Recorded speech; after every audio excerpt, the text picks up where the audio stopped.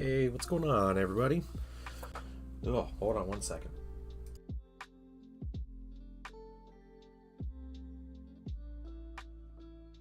All right, we're back.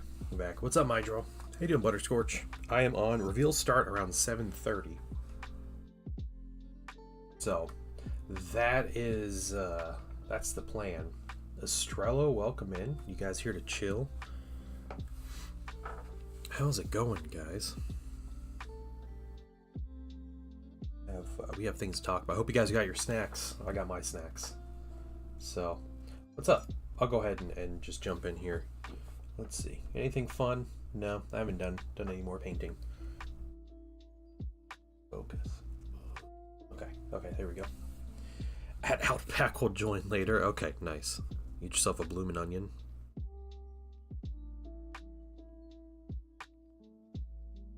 So we have quite a bit we're gonna do. I think the next thing I'm gonna paint on these guys is the white.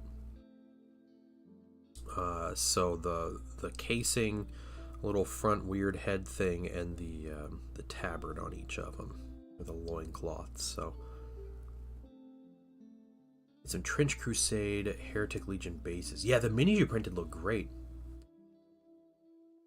The reveals start in half an hour, just under 30 minutes, Butterscorch.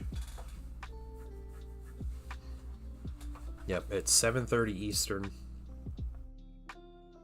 So whatever that time is, yeah. I decided to jump on a little early. You didn't print it. Oh, those are from the Kickstarter. Oh, okay. I gotta go look. So those are just straight up minis that you purchased that they sent to you? Looks like they printed them and sent them to you. Nice. Okay. You're not super happy with them. Okay. Yeah.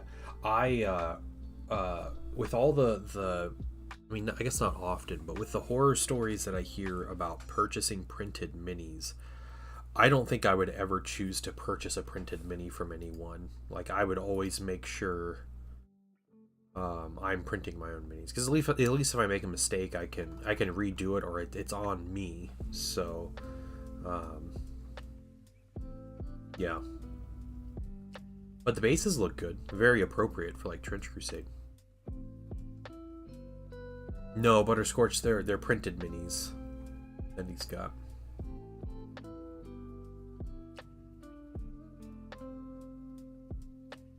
They've gotten have been great, but for Kickstarter this magnitude, how long I waited was not super great. Okay. Interesting. That's understandable. One's being Etsy. Yeah. Okay. Yeah, that's fair. Well, guys, we are in for an evening of Games Workshop miniature reveals. Lots of different Warhammer things. Wandering picked, what's going on? How are you doing this evening?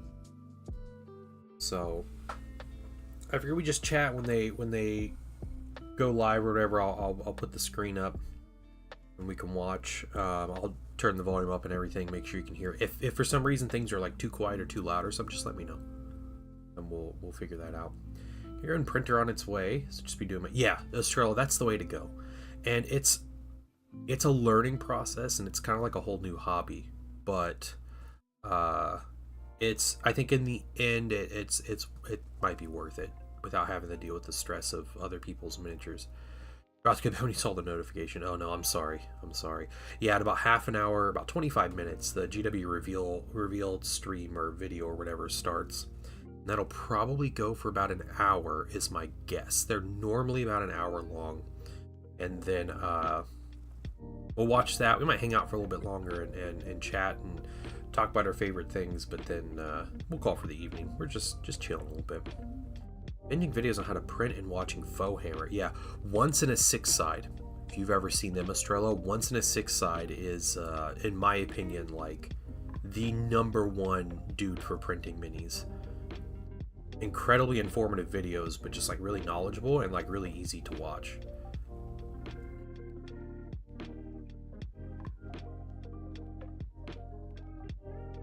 Yeah, and I think he actually he makes documents testing different STL creators and their support quality, like the pre-supports from them and different stuff like that. I think he has stuff like measuring like different resins and how they work and stuff. So there's some good stuff from his channel.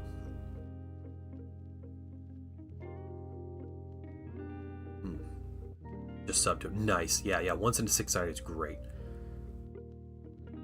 He's like the one 3D printer that I subscribe to on YouTube. The one kind of person that I'll watch about that topic. Yeah, so these guys they're looking good. We got a lot we can do. I think I forgot to wash skin on his head, didn't I? Yeah. Should I do that real quick? I should do that real quick.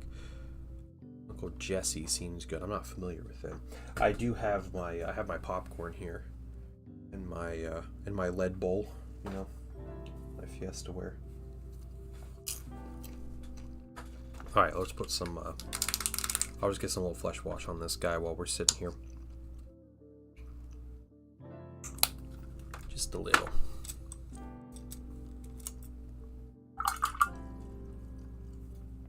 How are you guys doing since the 5 hours that I was live last?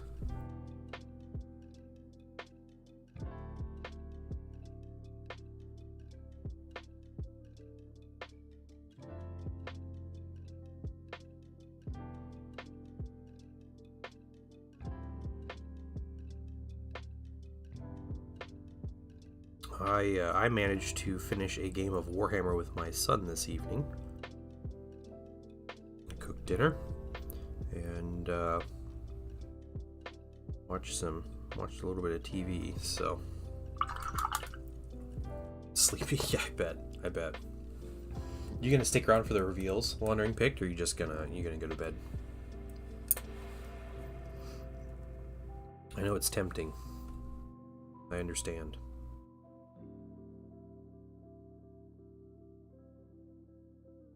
Identical character based off the Welsh tradition of Mary. Is that Lwyd? I don't know how you pronounce that. Interesting. Yeah, so with that, I might paint in these little canister things, but I think I have to do that on the other Marines I have as well. But I'm happy with the Marines overall so far. We got to paint in all these different studs. So his studded helmet and his leg and his torso has them. So this dude's like full of metal studs that need to be painted. The reveals also have D&D tomorrow. I need to be awake for. That's fair. Yeah. Do what you gotta do. We can paint a little bit of green. Let's paint some green. I'm here. Might as well do it.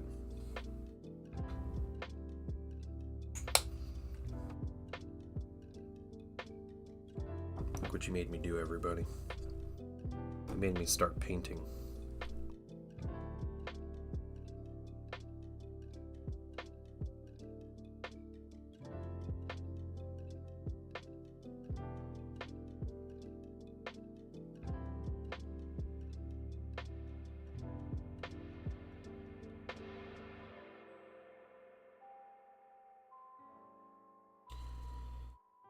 Yeah, this whole reveal stream could be a big dud. We don't know, but I'm sure someone out there somewhere is going to be excited for what is announced. I think pretty much no matter what is announced for the old world, I'm probably going to be excited. And you know, if there's new stuff they're showing off for Horus Heresy, I'll be excited. So I'm pretty easy to please, though. Stick around for the beginning. That's fair. That's fair. New Battle Force box would be on brand. Yeah, I think that's the current rumor, is a new Battle Force box with new Cataphracti Breachers and a Leviathan Dread. That's the current rumor. So we'll see. Yeah, Mark IV. It might be a little too soon for Mark IV. I'd be really excited if it were Mark IV, but I think we're a bit too soon. I think sometime next year, end of next year, we might get Mark IV. Maybe 2 years from now.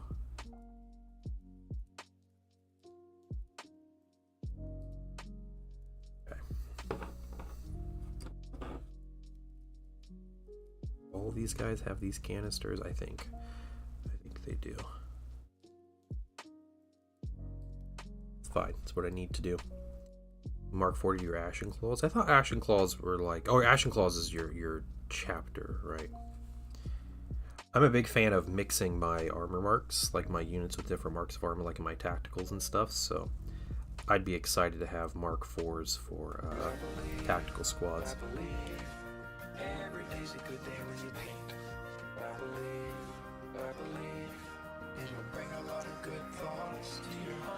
I gotta be real honest. I gotta be real. Okay, Blue, shout yourself out, guys. Go follow Crucial Blue. What's going on, dude? This is so weird. It's so incredibly weird to have you raid my channel. I can't express how like out of place I feel right now. Yeah. Oh man, how was your stream, dude? What were you doing? I wasn't able to catch it. I was chilling with the family, but and I know you have company coming over, so I don't have to keep you. You're with the late night groupies. I know. See, it's crazy. I am very much like a night owl. Like, I am not an early morning person by any means, but all of my streams are, for the most part, pretty early, except my Sunday ones. Oh man, wow, that sounds like a terrible time. Jeez. You spilled your beer and you were failing at Baltro. Yeah. Dude, eat some popcorn, man. Get some snacks. Hopefully people coming over. It's good company coming over.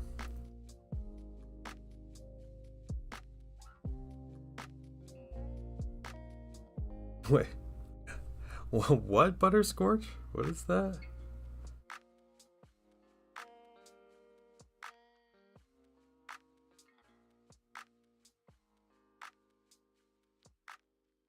Cause just walked in and get a dip. Alright, Blue, have a good one. Have a good one, man. Enjoy your weekend.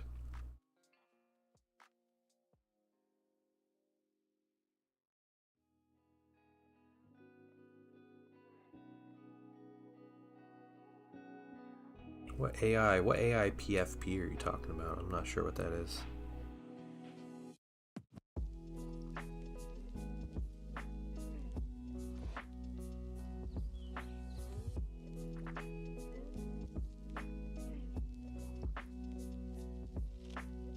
Yeah, guys, what are you up to? What's up, Raja?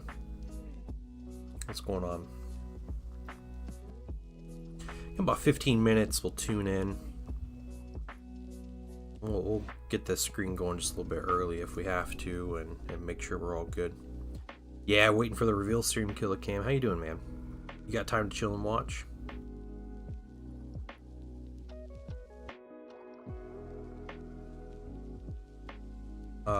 Oh, Butterscorch. No, I don't think Blue's profile picture is AI generated. I think he is very specific about not using AI for that kind of stuff. But all right. Well, hey, you don't want to follow someone, that's your prerogative. But missing following probably one of the nicest people on the internet.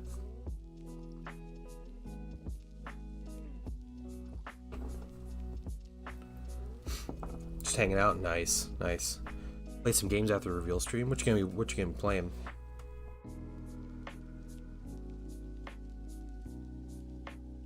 They're good. I don't know what I'm gonna do. I'm probably gonna sit and read articles and try to find little nuggets from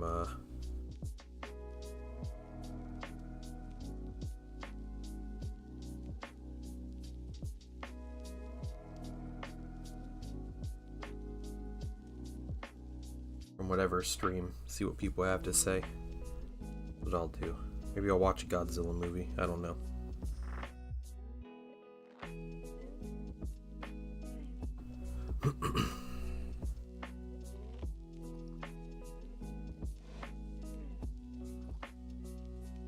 Play some games now. Keep myself engaged. Yeah, there you go.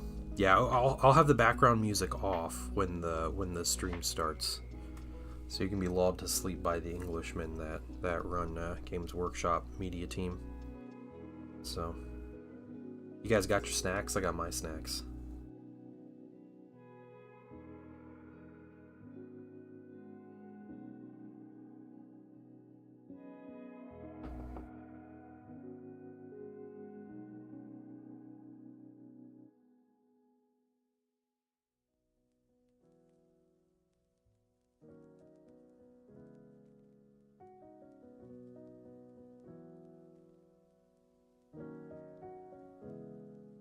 GW having their publicity. No, they filmed it ahead of time. Wandering Pig. They don't do these actually live. It's all pre-recorded.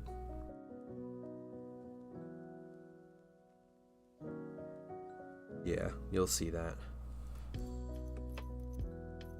Yeah.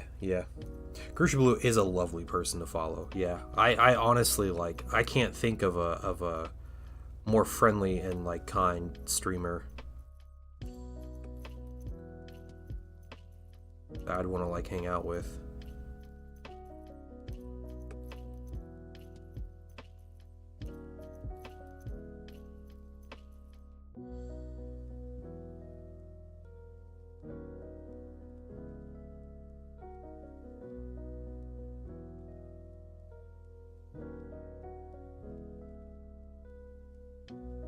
And 10. Yeah, do recommend. Absolutely.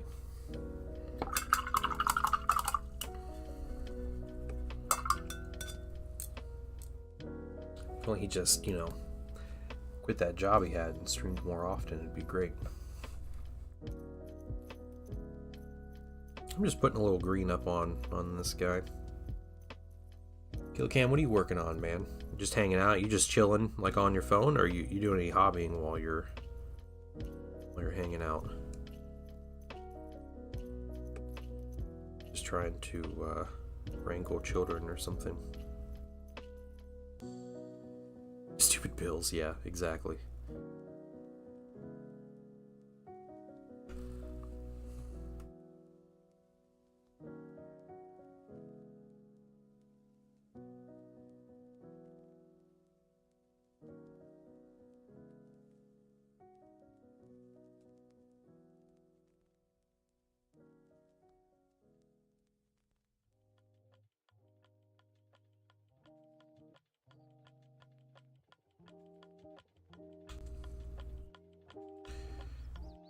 You threw out your back after just, like, what were you doing? Were you just, like, working out too hard or something? What was that? That's bad. You make it sound like we did something that threw out your back, and it sounds way worse than it was. We went to Micro Center so dude could buy some computer parts. That's all, I swear.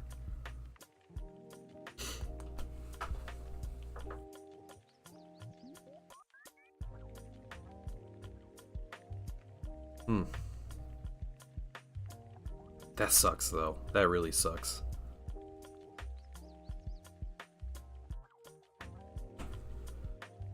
Man, getting old is great.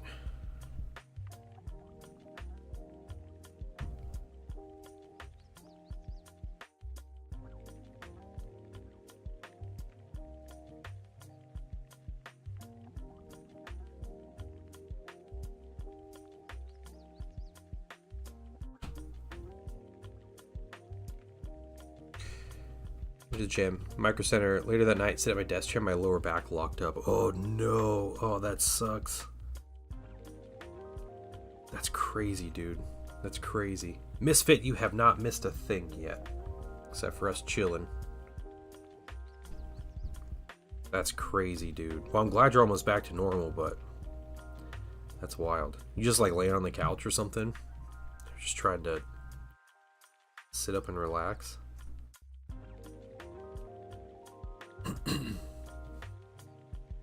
That's bad.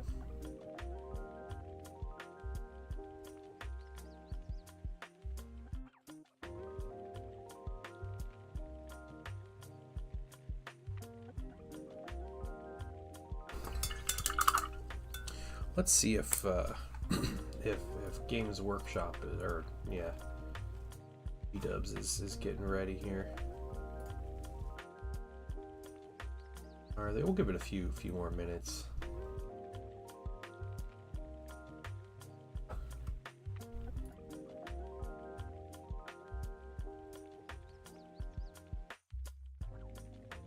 Okay, they are live. What I'll do, we'll mute that. Playing a Predator ad for the next 45 seconds. That's great. Yeah, it reveals in 9 minutes. Noise Marine's looking fabulous. Thank you, I appreciate it. What's up, Dork Depot? How you doing it? Back problems, but I'm way too young for it. Yeah, you gotta take care of that now. Butterscorch. You can't let that get out of hand. Yep, I'm gonna have the stream up soon. Okay, when it's up and good to go, we're gonna turn the music off. I am not going to talk during the stream. In fact, I'm going to mute myself so I do not talk during the stream, because I am that kind of student where I could not handle people talking to me when something else is going on. So we're gonna watch the stream together, and then I think we're just right in a place when the stream's over. We'll just chat about it for a little bit if you want. And by all means, type what you want in chat. I might be typing in chat with you guys, throwing up some emotes or something. But yeah, we can make chat as crazy as we want, and talk about things. I'll be reading it, but I'm gonna stay quiet on my end. And you'll know I'm bored if I pick up minis and start painting them again. So that'll be the cue, right?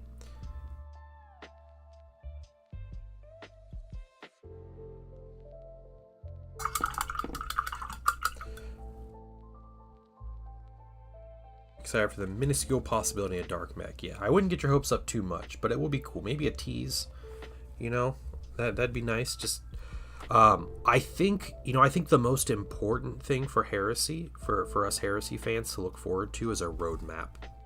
The current roadmap we got back in, I think it was in June or July, is officially complete as of yesterday. The last thing on that roadmap was Zone Mortalis, and those rules came out yesterday. So yeah, that's up to you, Butterscorch. If you want to come join us on Twitch, by all means.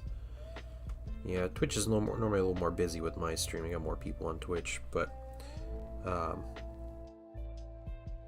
the link should be in the video description. If it's not, you can just look up Painting Dad on Twitch. It'll give you something. Okay, that preview's going. Man, there were 17 people watching when I clicked on this preview. There's now 2,500 people. Yeah, a roadmap, I think, is a really big thing, a really big deal for Heresy. Thank you for hey, Butterscorch is back. All right, welcome back.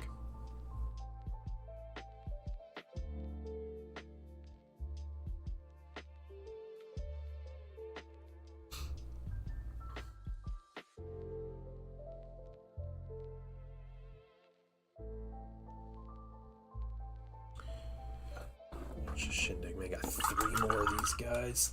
3 more. Well, we'll switch over when we got like 2 minutes or so left. Okay, we'll get more progress here. Yeah, roadmap is probably the most important thing, but you know, cool miniatures are also very cool. But yeah, it's a good way to start the weekend, right? Hey, Butterscorch.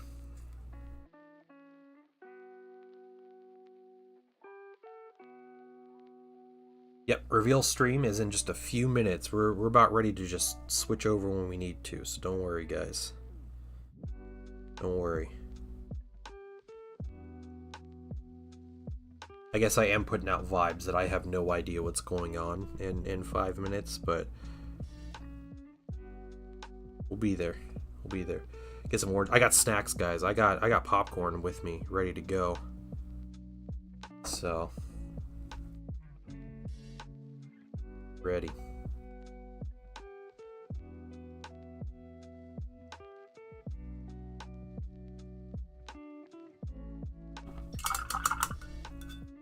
At 2 a.m. reveal streams? Yeah. That's what you get for living in Europe. Alright, let's try this. Let's see. This work? Sweet. We got it up. And you know, I gotta look like, you know, this is somewhat legitimate, right? Is there... Ooh, there is volume. Okay. Volume level too crazy? Seems a little loud, you know, on my end. We'll adjust. Remember, just let me know if the volume is you know, too low, too high. Now it's fine. Yeah, I'm gonna keep the music quieter. I'll turn it up, but yeah, please type in chat when you know, if something's off. Okay. And again, I will mute myself as well when we're starting. Yeah, glad you guys could make it. I'm glad you guys chose to hang out with me. I know there's 500 other streams like this you could go and chill in, and I'm glad we got some good friends to hang out with. Makes this kind of thing fun.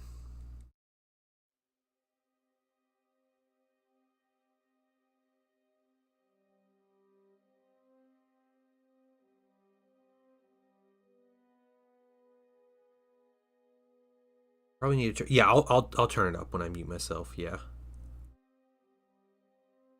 I figure their voices. They're probably just playing the music a little louder, and their voices will be a little quieter. And again, I don't think this is a live show, guys. I think they pre-record. That's what they've done in the past, is just pre-record and they just play the, roll the 1 hour video. So I don't know. Maybe they're gonna answer questions live and do all that, but they're calling it a live stream, but I don't know. Evening drawing a weird cross-Celtic fusion monster. Okay, oh, cool. Yep, I got my popcorn. You guys see my popcorn ready.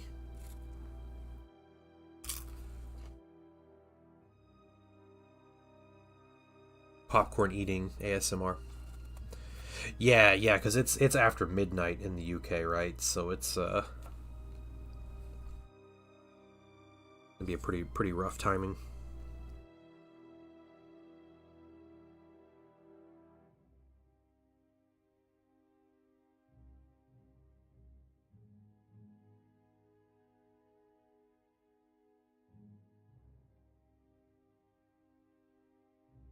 Yeah, sometimes they do it live, and then they'll answer some questions, and then they'll do the things. So maybe they are gonna do that.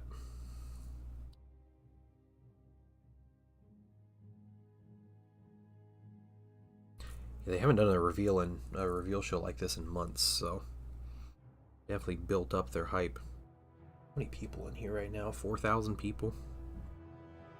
There will probably be about 10,000 by the time it's all said and done. You remember when they do these like every month? It's your first time seeing a reveal show? Oh, cool. I mean, they're we're hyped because it's our hobby, right? But they're probably pretty boring. We take these things way too seriously, right?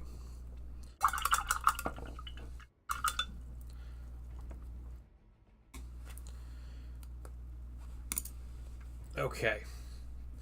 Just about time. It looks like it's about time. I'm going to mute myself here in just a second, guys, and we're going to turn up the volume and watch. Are they getting a hype train? Who's giving money to Games Workshop for this?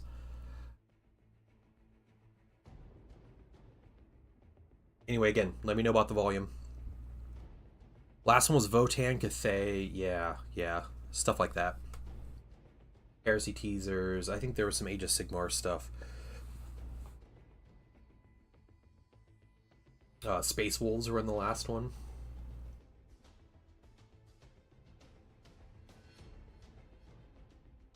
Alright, guys. Go on mute, and we'll wait for this to start.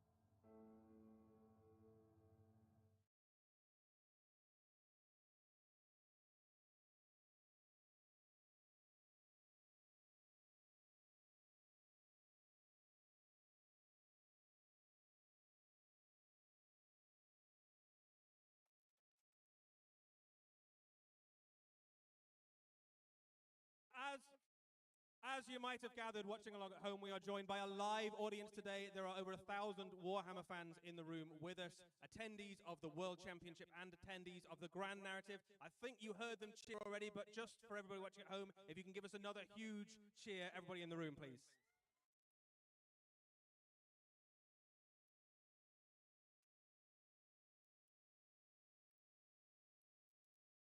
And we can see there are already thousands of you watching along at home on the stream. Do let us know where you're tuning in from. We have people here from over 50 countries representing their various different countries at the World Championships and joining us for the Grand Narrative. Yeah, absolutely. It was really fun over the last couple of days to see the event start to kick off and to see where people have come to participate here from all around the world, watching as the opening ceremony took place. And we saw just hundreds of participants from Mexico, from Brazil, Uruguay. Team France is here in enormous numbers. Canada, so normally, this is the part in the chat where I'd say, hey, where are you tuning in from? But we've got more than 50 nations represented right here in this room. So let the people know where you're from by giving us a big cheer right now.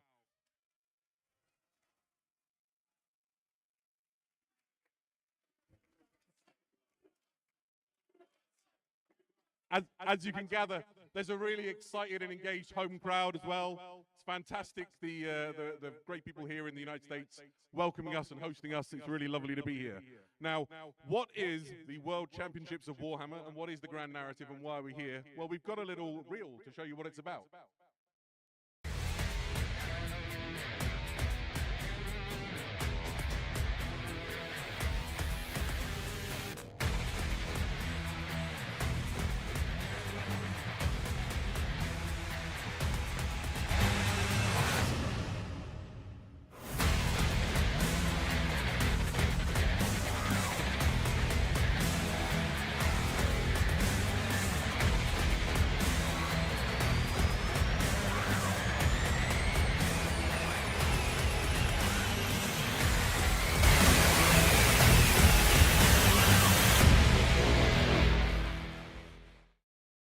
There we are. That is... I'm not used to having to pause for applause after every video. We're going to have to get used to that, I think. It's nice. The World Championships, just a little taste of what's going on here at the World Championships of Warhammer and the Grand Narrative. And I think it's just a really lovely event so far. This has been a really amazing celebration of Warhammer and the hobby in general. Yeah, to see like the better part of 1,000 people participating in a really good-natured but highly competitive tournament, and then to watch all of these people enjoying the Grand Narrative where they're exploring the Warhammer 40,000 universe through these linked campaign games has been a real thrill. One of the other things that Eddie and I have been talking about and is apparent this year is that it's the 50th anniversary of Games Workshop as a company, which is quite a milestone.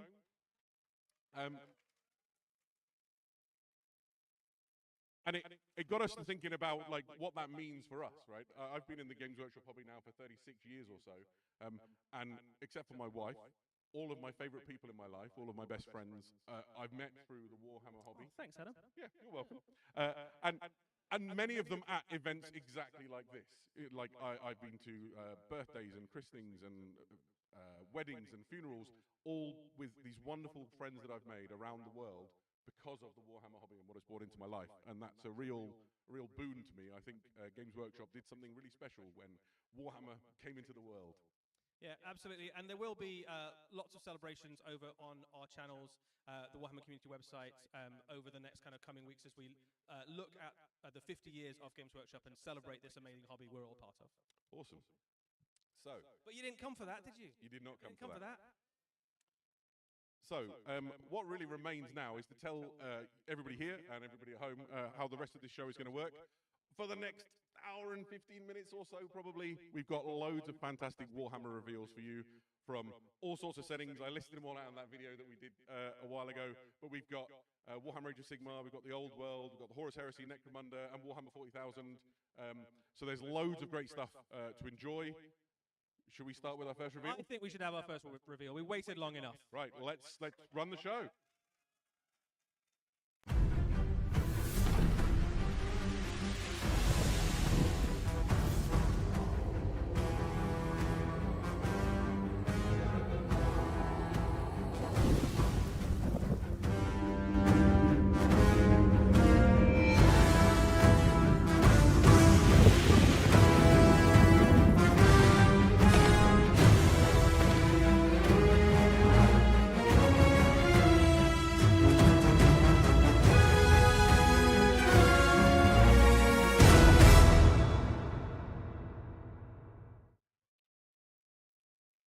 ladies and gentlemen, we are really excited to preview to you today Warhammer Quest Darkwater, the latest iteration of the extremely popular Warhammer Quest series, and it's a fantastic adventure game set in the mortal realms. Eddie, what can you tell us about Darkwater? Yeah, so those of you who are familiar with Warhammer Quest, you might have played some of the Warhammer Quests in the past. It is effectively you and a band of friends go on an adventure into the darker, more grim places within the Warhammer setting. In this particular one, you are going into the Jade Abbey, which is deep in the realm of life in an area corrupted by Nurgle. And as you saw there in the video, there is an amazing range of Maggotkin of Nurgle miniatures in that box set for your heroes to fight against. So, yeah, should we have a look at some Fantastic. of the Yeah, let's do the models. So some of these ones we have already had a chance to look at on the Warhammer Community website. We've previewed a few of the heroes already. We'll have a quick rattle through some of those. But first off, this is the full box set spread there, and you can see you've got a whole bunch of new Warhammer miniatures in there. Yeah, absolutely. It's everything you need to have these outstanding adventures and to explore the Jade Abbey. We'll talk in more detail about some of the things that, if you're familiar with previous iterations of Warhammer Quest, might be raising some questions, in particular the board. Don't worry, we'll show you everything you need to know. Let's look in some detail at the miniatures, he says. Any Tension moment now. is I mean, incredible. I can describe them here on the map for you while we wait for the next tile to come along.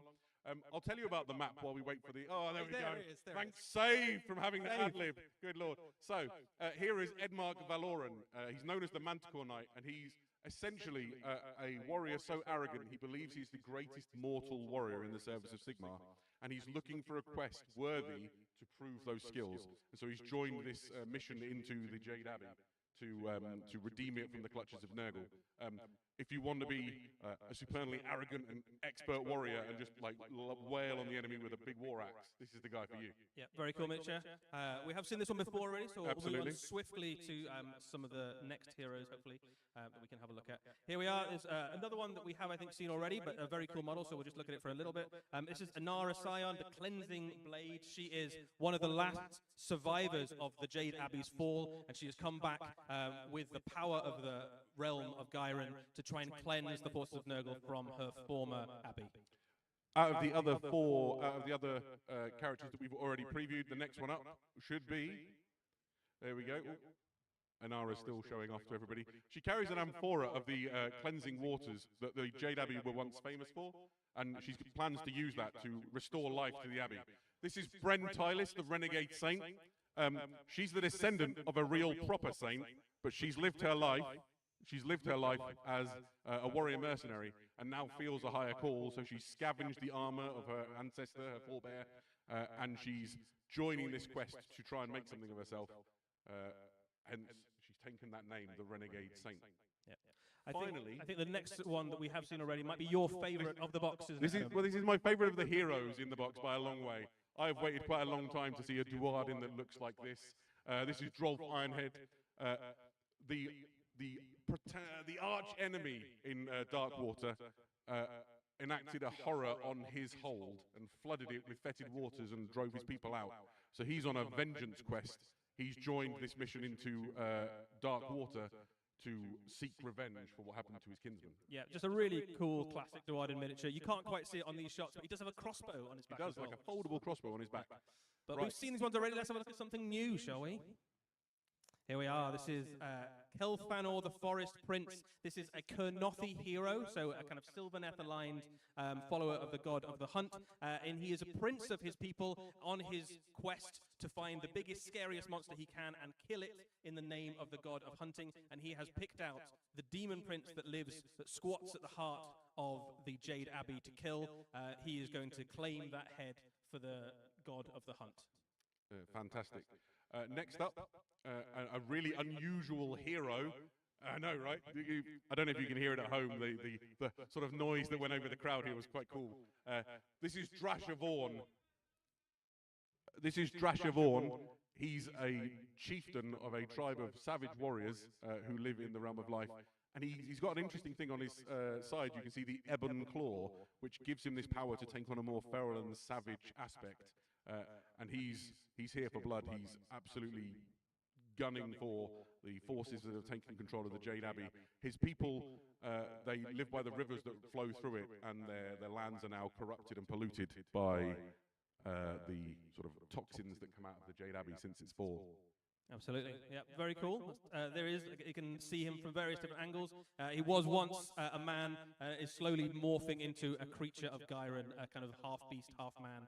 That's a pretty classic hero for you there. Next up, this might be my favorite from the box. This is Jacobus Vine, the Jade Wizard. We've had Jade Wizards in Warhammer for almost like 40 plus years, I think, but this is a mage from the Realm of Life and the Realm of Gyron, and as you can see there, he's accompanied by Spike Spirit of the Realm of Gyron there. He has a little owl creature on his shoulder and a... Hey Meta, film this.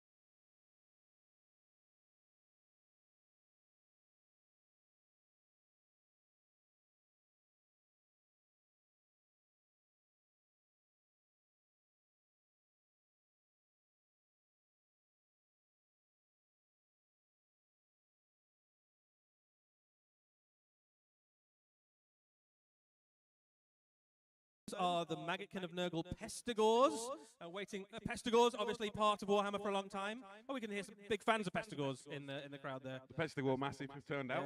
Pestigor is Pestigor, as they say. So there's a whole bunch of these guys. They are sort of rotten goats with various different farming implements and shields and all sorts of things. As you would imagine, these are beast men, so they're fairly durable. They hit fairly hard. They're certainly a step up from the Pox Wretches. And if you get into a fight with too many of these, they will drag your heroes down. Perfect.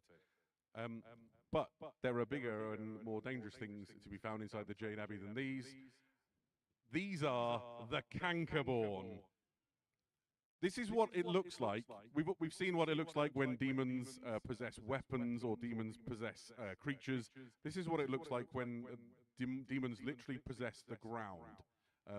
These are hideous conglomerations of the ground of the Jade Abbey, combined with demonic essence, and you can see they've got stones and rocks in their shoulders. They've got 3 heads that look like plague bearers. These are foul creatures and extremely dangerous. Yeah, you can see like bits of ancient sacred stone is on their back, and you can imagine that Nurgle has infested the land around them, and these sort of like henge-like structures are kind of coming out of the ground. They would have previously been in the sort of sacred fens of Gyron, but this has been well and truly infested by Nurgle. You can see the heads are quite reminiscent of a plague bearer, but these guys stand almost like 50% again taller than a normal plague bearer. They've got a kind of triple head, 3 eyes in the symbol of Nurgle. They are a pretty formidable foe for your heroes to face. Absolutely. Next, I think is probably going to get the biggest reaction. Here is my hunch after we've seen these. These are the Blight Templars. Yeah, so this is an elite unit of Maggotkin. They are effectively the former Templar defenders of the Jade Abbey, fallen to the plagues of Nurgle, so very well armored, very durable, knights of Nurgle, effectively. And these are some of the toughest troops your guys are going to face as you venture into the Jade Abbey. Absolutely. And who leads the Blight Templars? This is my favorite model in the set. If you didn't hear that at home, that was the crowd going wild for these guys. This is Molgoth the Cleaver, and he is an officer amongst the Blight Templars. There's a lot to talk about here, but essentially, think of him as a superior henchman-level character, which your heroes are going to really struggle to fight. Everything about this model just screams Golden Demon. Yeah, I think this is a phenomenally cool model. I'd be very surprised if we didn't see some painters do some wonderful things with this. I think anything Nurgle immediately lends itself to a lovely paint scheme if you've got the time. Some of the things on there, that enormous arm with the symbol of Gyron on it, that huge axe. For me, it's the debossed fly on his breastplate. It just looks really good. He's got antlers there as well. That's kind of a recurring theme across some of these Nurgle miniatures, is the corruption of the realm of Gyron, which previously would have had, antlers would have been a symbol of the hunter and god of Kurnoth, but they've all been corrupted in the name of the plague god. Fantastic. Where do we go from here? This is Foulhoof, the shaman. He's the nominal leader of the Pestigor, which infest the Jade Abbey. He's a fantastic model, and I can imagine you'll find some use for him beyond Darkwater, should you so desire. Yeah, he looks like a fairly unpleasant character. He's going to be leading those Pestigor. Also gives a little bit of magical trouble for your heroes to have to deal with. He's one of the sort of end-of-level bosses, I guess, almost within Warhammer Quest that you've got to overcome. Yeah, absolutely. But there's more. This is perhaps the most disturbing model in the set. It's just super gross. It gets worse the longer you look at it. This is Belga the Sistwitch. So within the Jade Abbey, back when it was a place of life and fecundity, there was an order of sisters that maintained the sacred waters there, and she was a jealous and grasping lady who wanted more power than she was due, and so she sided with the coup that eventually throws the Jade Abbey down. And this is her reward. She has an enormous maggoty body that appears from underneath her. It's just absolutely abhorrent. There are 2 more sisters also in the body, if you look carefully. This is completely repugnant in absolutely the best way. Yeah. Absolutely gross, absolutely gross. But there's more that's not quite finished yet. Last up, we have the leader of the forces of Nurgle, the Gelgus Hust, who is a demon prince of Nurgle, squatting at the center of the Jade Abbey, leading those forces, a former Templar of the Abbey himself, risen to demonhood for infesting the Jade Abbey in the name of Nurgle. Absolutely horrible, but still phenomenal miniature. Yeah, I mean, everything about this guy just screams like superior, like boss character. He's enormous, he's powerful, and he's going to be great in this game. And also, I think if you're a collector of the Maggotkin of Nurgle in general, you're going to be very excited to have him in your collection too. Right. So we've talked at some length about the different miniatures that you find inside the set. It's all really just an incredible selection of models for you to play your games with. But there's more to the set than just that. So let's look at some of the other things that come inside it and help you play your games. Hopefully. There we are. So there's the box. I mean, that's useful to put it all back in at the end of the night. So this book here is your map for when you're playing Warhammer Quest Darkwater. It's an incredible map book. The next image will show you what it looks like when you open it up. Every scenario inside the game is a different spread within this map book. So you lay it open, it lies flat. What this means for your gaming night is that you can be playing inside of 5 minutes, right? You get your friends round, you decide which scenario you're playing, you lay your map down, and you are playing immediately. I think it's very handy. It's very quick. Each level represents like a different delving into the Jade Abbey itself. I think to really get a sense of how this works, it's probably best to see it for yourselves. And we do have a copy of the box, so I'm going to run off for 1 second and grab that. And Adam's going to tell you all about it. So I will narrate for a moment while Eddie goes and gets the box. We managed to secure one and bring it across from over the ocean.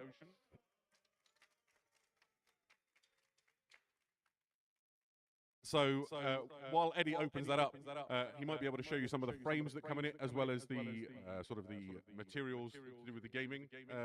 So there we go. We've got the camera on it now. So this is the frame that all the heroes come on. So you see they're all sort of easy to build models, as in they're relatively simple to put together. The heroes come on sort of that beige color frame. So if you don't want to paint your models before you play your first game, you don't have to. You'll be able to tell who's who, because all the bad guys will be grey and all the good guys will be this sort of bony color.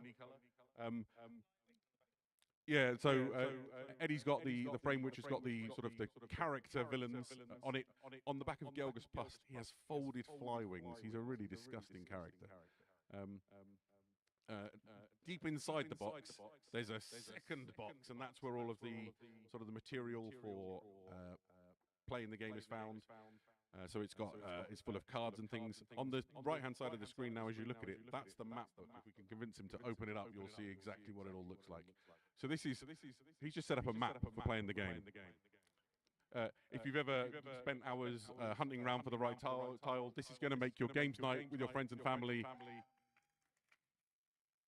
And the crowd is responding really quite warmly to this. Each of these is an entirely different scenario and situation, which means you've got hours and hours of just fantastic gameplay to enjoy as you delve through the Jade Abbey and attempt to deliver it from the hands of Gelga's bust. That was cool. That was fun. I enjoyed that. Right.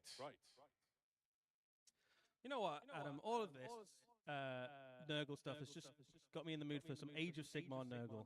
You want to look at some Age of Sigmar? I just wish there was more than just the Nurgle stuff that was in that box. Why don't we see what's next up on the show? I'm looking at the screen, waiting for the next image to arrive. Actually, we're going to take a technical break for 2 minutes, and we'll be right back.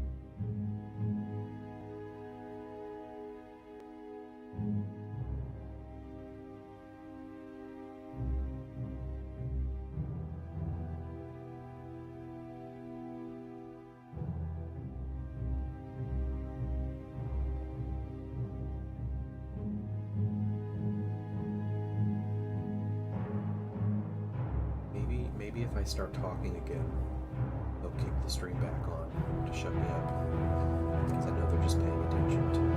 So, yeah, so hour 15 minute, probably gonna be a little longer than that. They're too broke, yeah. Yeah, they're busy investing their money into writing good rules. Right? You go to the play purse crawler, yeah, yeah. Leave the $1 billion company alone.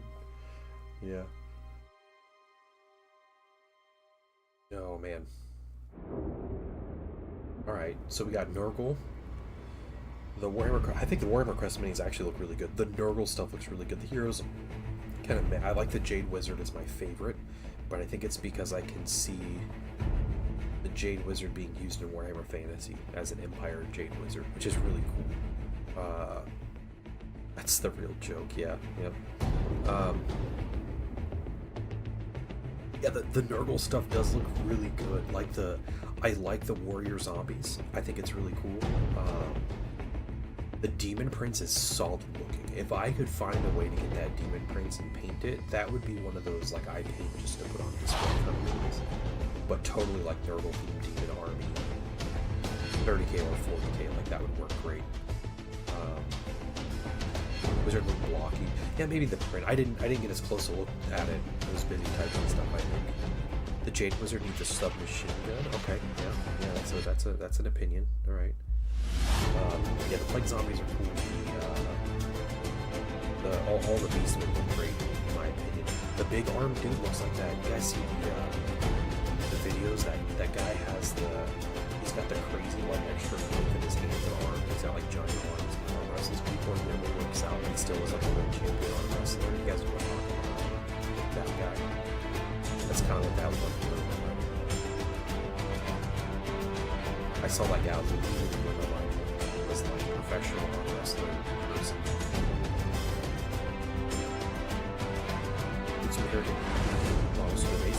Okay, that's good. Demon Prince gamblers were electrifying teams. That's good. Hey, yeah, he's Quagmire from Family Guy when he discovers the internet. That's the... Oh my gosh. I remember that scene.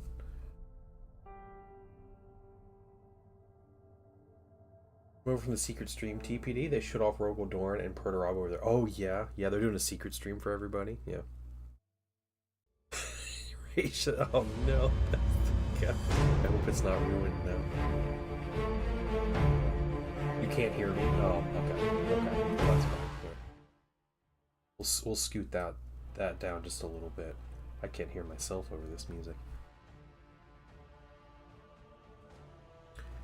What if you look at plastic Primarch? I think there's a possibility.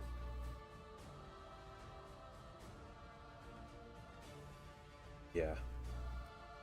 Yeah, the volume on everything. Up. Here we go.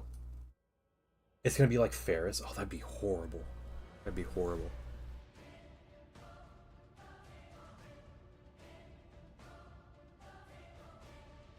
We are currently 15 minutes in, or 51 minutes into a 15-minute stream, guys.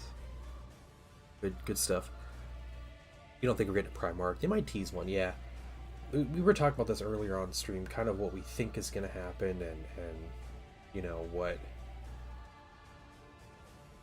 what's more likely. Yeah, what's more likely to happen, what we hope will happen, and I think my long shot hope for Heresy is plastic Abaddon and Justarid Terminators.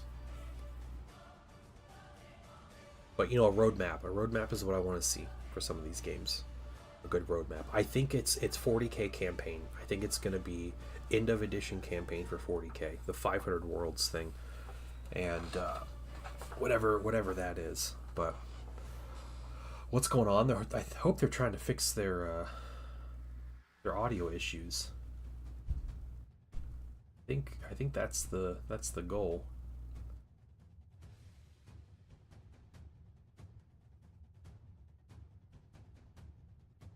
I just want to let you guys know, I was laughing. I was laughing at people subscribing to GW at the beginning of this stream. I was making fun of them, and you know what I did? I subscribed to GW, so because they were playing ads in the middle of the video.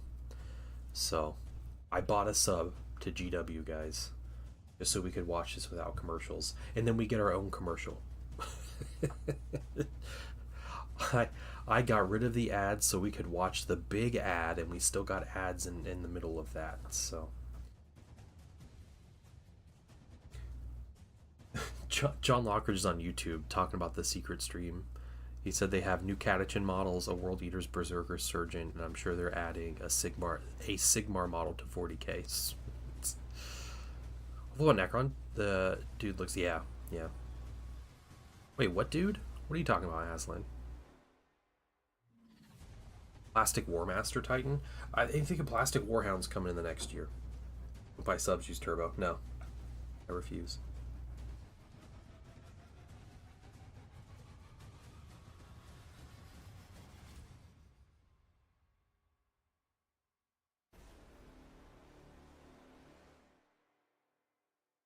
Yeah, I'm not getting ad blocker, and the reason that I tried to explain Butterscorch is that I stream on Twitch and YouTube, and I understand. Oh, I think Just Aaron are getting revealed, by the way, just so you know. I think it's gonna happen.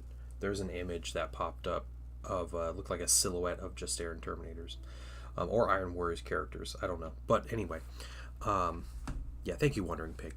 So I stream full-time Butterscorch, and I understand using ad blockers. I despise ads. I hate them.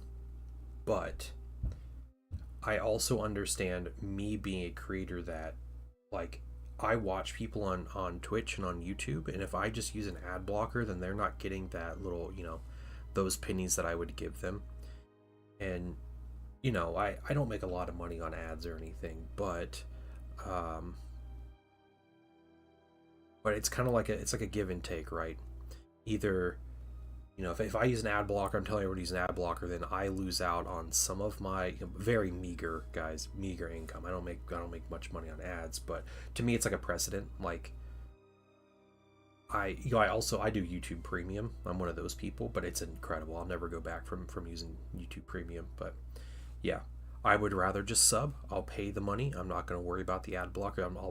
I might sub to these guys and do another reveal stream if we do this whole thing again, if it lines up. But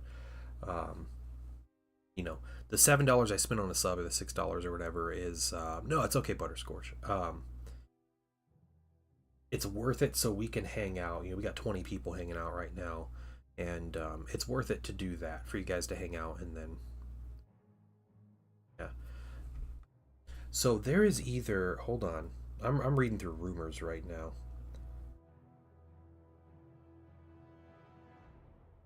There's a Necron character that might be like an Iron Warriors character, but it looks very cataphracty. And I'm thinking it might be just Aaron, but it could be Iron Warriors for 40k. Oh snap. Another ad. The GW ad. I'll turn it up here in a second, guys, if it's legit. Alright. Okay, yeah, guys, check in Discord. Yeah, there's a Necron silhouette too. I bet it's gonna be Trays in the Infinite. Trays in the Infinite, yep. Oh, there's the whole image. Okay. Oh snap.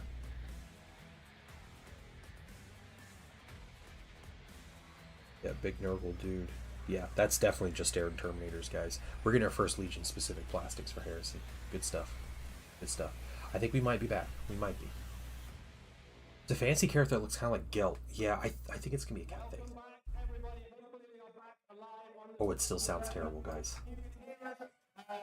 We have thank you very much for staying with us through those technical difficulties. We have just seen the incredible new Warhammer Quest Darkwater, and we're going to move swiftly on, as quickly as we can, to the rest of our amazing miniatures coming up soon. We're staying in the mortal realms of more Warhammer Age of Sigmar. Let's roll the next slide. Here we go. So we've seen Darkwater. What would be cool after all those fantastic miniatures would be if we'd had a bit more Maggotkin of Nurgle.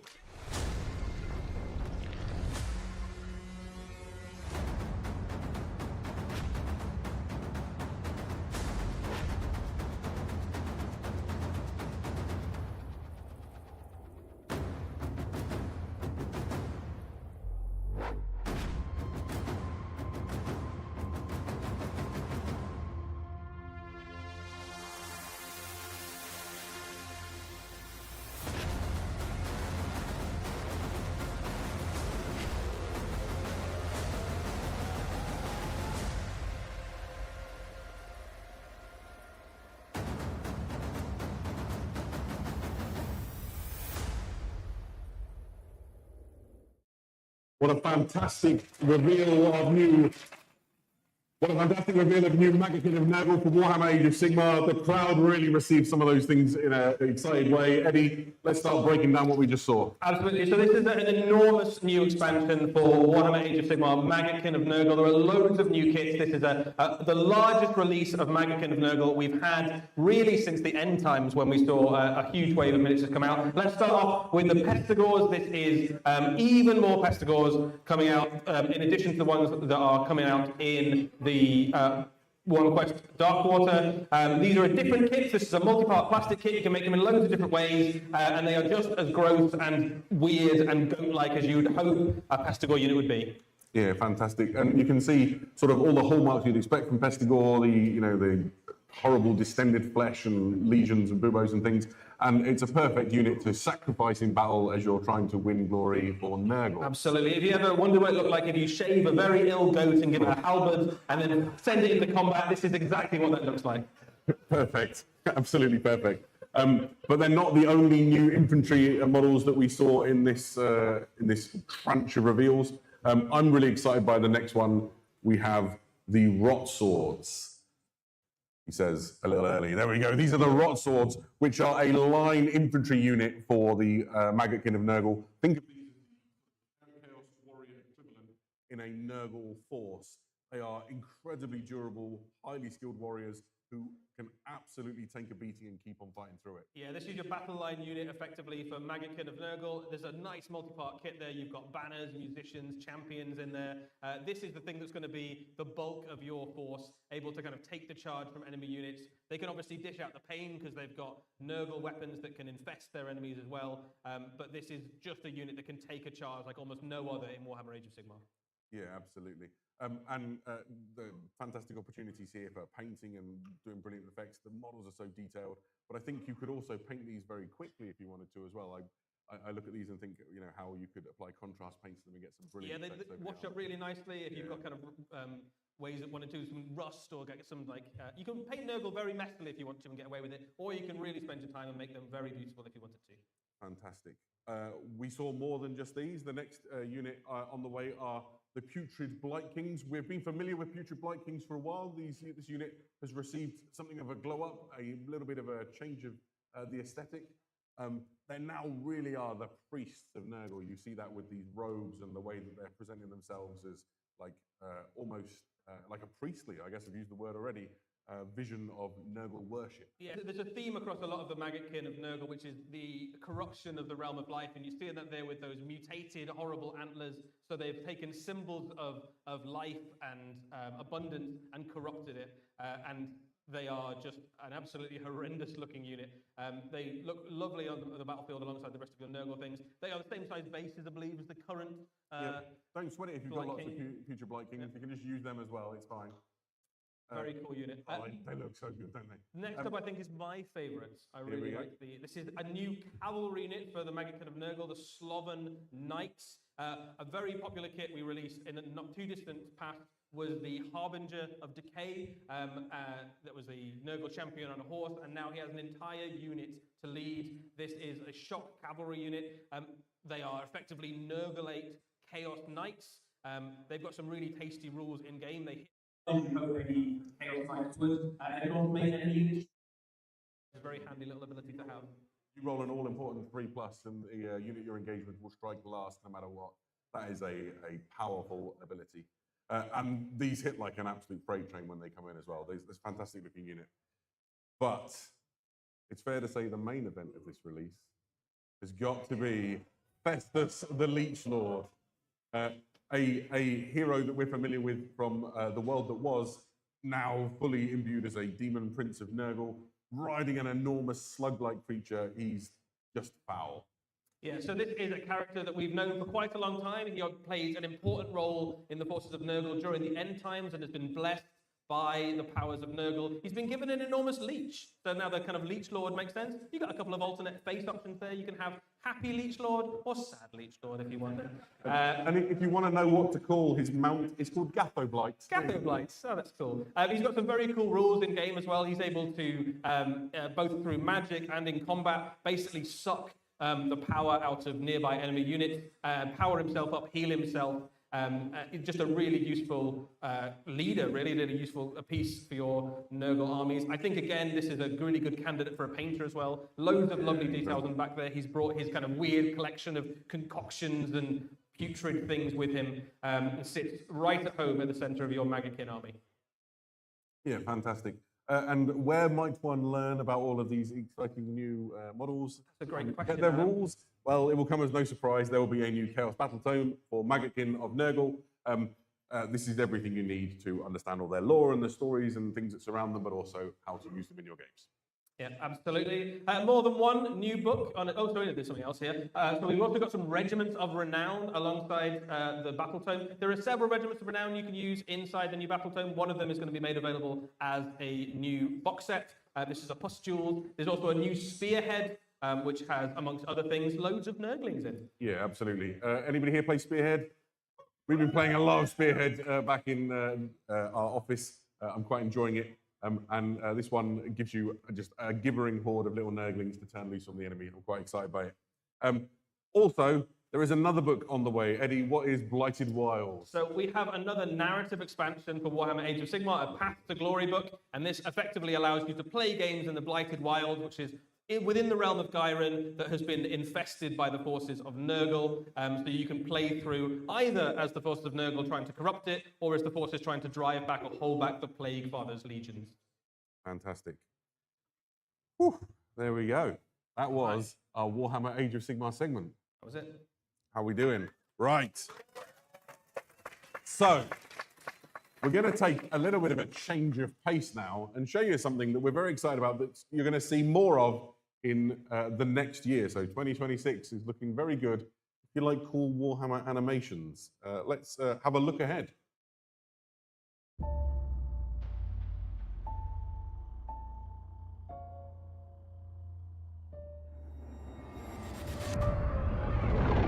This is my only chance to atone.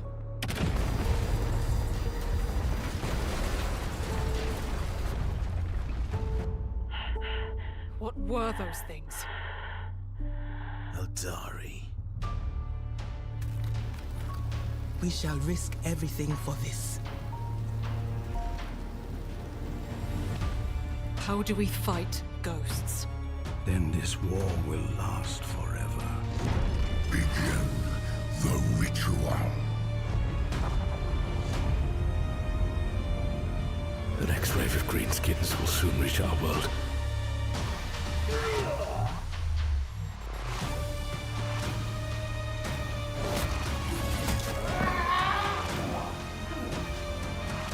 The Emperor will see us through this.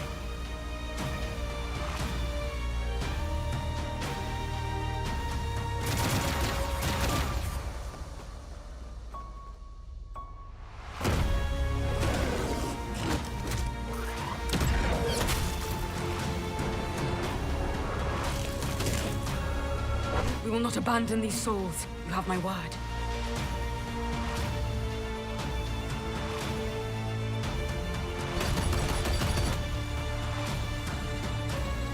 Merciful Emperor.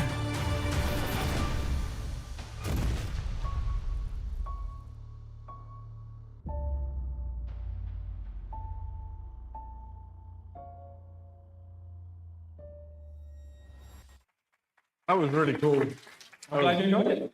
Yeah, I really enjoyed that. We saw loads of like snippets from forthcoming animations for Warhammer Plus. Eddie, give us some insight into some of what we saw. Yeah, so we're not going to go into too much detail today in terms of the names of some of those things, the titles of them, but we can tell you some of the things about them. These are new animations on their way from Warhammer Plus very soon. There's some factions we absolutely saw there. We've got some Sisters of Battle, Order of the Sacred Rose. There's some Eldari on the way. Aeronautica Imperialis make an appearance. There's some Orcs.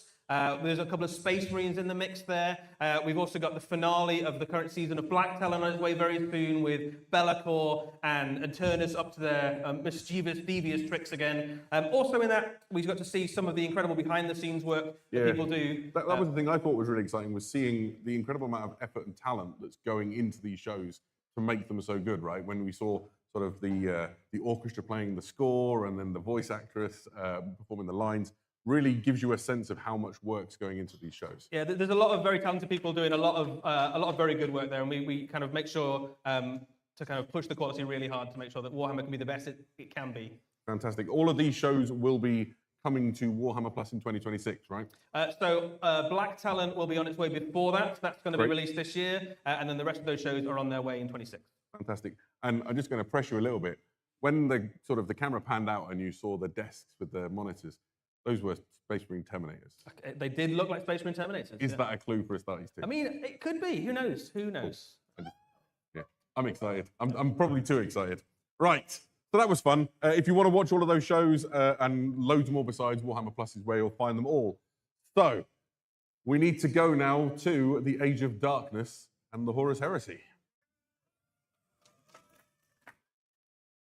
Fantastic. So we've got some exciting things coming down the road for the Horus Heresy very soon. Here are our first reveals. We are looking at the Legiones Astartes Siege Assault Battle Group. What is a Siege Assault Battle Group, I hear you say? Well, good news, we can explain it. This is effectively a new box set with loads of new miniatures and a couple of returning ones as well. Let's have a look at some of the models. To start off with, we have the much anticipated Mark III Legion Breacher Squad. This is your Space Marines in iron armor with enormous big shields and all sorts of specialist breaching weapons. Yeah, I'm of the opinion that iron armor is the greatest mark of armor ever invented, and that breachers are the greatest type of Space Marines ever invented. So these ones are just for me. These are just for you. You've got all the things you would want from a breacher squad in this. You've, of course, got shields and bolt guns. You've also got grav guns in there, cutters for getting through there, bits to make your sergeant, everything you would need from a Legion breacher squad. Yeah, fantastic. Backing them up in their mission to launch Siege Assault, we have the very welcome new Cataphractii Terminators. This is two kits on their way for Cataphractii Terminators. You've got this one we can see right now with Volkite Charges and Power Balls, and there is also a kit on the way with Combi Bolters and Power Fists. Both of these kits also include upgrades for things like heavy weapons, you've got heavy flares, autocannons, that sort of thing. And these Cataphractii are now scaled in line with the rest of the Horus Heresy range so that they tower over anybody wearing power armor foolish enough to challenge them in a fight. Fantastic. And I think one of the more popular marks of Terminator armor as well in Cataphractii. Yeah, certainly up there. Also in this box set, you have a Leviathan Siege Dreadnought. He isn't new, but he is awesome. He comes with these guys in the box as well. The miniatures will also be available separately as well. So if for some reason you didn't want a Leviathan Dreadnought in your life, it should be crazy. If you didn't want it, you can get these Terminators and the Breacher Squad separately as well. Fantastic. So all of these things are united by their like of sieging. It's not the only new kit or box set coming along for the Horus Heresy. There is more. Yeah, it's not just about Space Marines. May we introduce you to the Mechanicum Skitarii Battle Group. The stuff in here is mind-blowing. I remember seeing it for the first time and just being absolutely like blown away by it. Let's break down what comes in this set. First are the Skitarii Battle Pilgrim Corpus. These are the predecessors to the Skitarii legions that you might know from Warhammer 40,000. At the time of the Horus Heresy, the Mechanicum splits. You end up with two fabricated generals, and the Skitarii at that time split under each of those fabricated generals. The ones that side with the War Master under Kelbor Hal go real dark. They like blood. They come from the planet named after the god of war, so it's no surprise really that they do like shedding blood. So certainly the traitor Skitarii go a bit off the rails. But even the loyalist ones at this point are still savage warrior pilgrims of Mars. They are irradiated fanatics. Yeah, they're quite a different beast, aren't they? And you can see in the weapons and things that they carry how different they are. This is their leader, is the Battle Pilgrim Marshal. Yeah, really nice multi-part plastic there. You can see some of the different options. You've got, I'm not even sure what the weapons are called, but you've got a stabby one, a punchy one, and a zappy one. I mean, that's pretty much exactly what he's got. If you were looking for more details on it, he's got... Even the servo skull head has got little options on it. He does have a servo skull. There's also another thing, there we go, the Voltrax Stratos Automata, which is available to the Skitarii Battle Pilgrims. It's a grav unit, which is pushing the edges of what's allowed in technology. And if you're familiar with the Warhammer 40,000 range, you know what some of these things end up becoming. Yeah, absolutely. So this can go into battle alongside your Skitarii, or you can include it in a wider Mechanicum army. The Skitarii themselves can be fielded almost as a self-contained force, but they can also slot in quite happily into the wider Mechanicum army. So this is a great little expansion if you've already pledged yourself to Mars, to one of the various Fabricator Generals. This is a welcome expansion. There's going to be some fun new things to learn about these guys as well. They've got weapons that I wasn't familiar with the name of at this when I discovered them, because they're entirely new.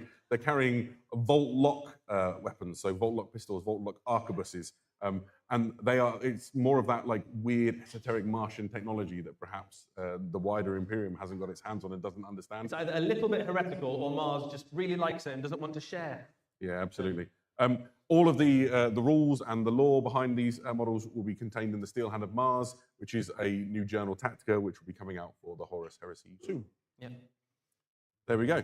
And here you can see some fantastic spins. We got the Marshal here. His pistol was a Volt Lock pistol, for the record. And yeah, I think if you've been enjoying collecting some of the Mechanicum models for your Horus Heresy collection, this is a really welcome addition, right? It helps you build out your force. Absolutely. So yeah, Heresy fans getting a lot of stuff on the way very soon. Staying in the Age of Darkness, we have a few more things. But perhaps a little But a little smaller. bit smaller. There we go. Any Legions Imperialis fans in the room? There we go. So if you like your Heresy small or just far away, then can we interest you in the Saturnine Battle Group? Earlier in the year, that was a nice sort of murmur that went across the room. Earlier in the year, we had Saturnine release, which was the new sort of box set for the Horus Heresy. This is the Saturnine models entering the Legions Imperialis game. We've put a model from the big Heresy range alongside it, so you can get a sense of the scale, because these are chunky models. You've got the Saturnine Terminators. Here you can see the Saturnine Command Squad. These are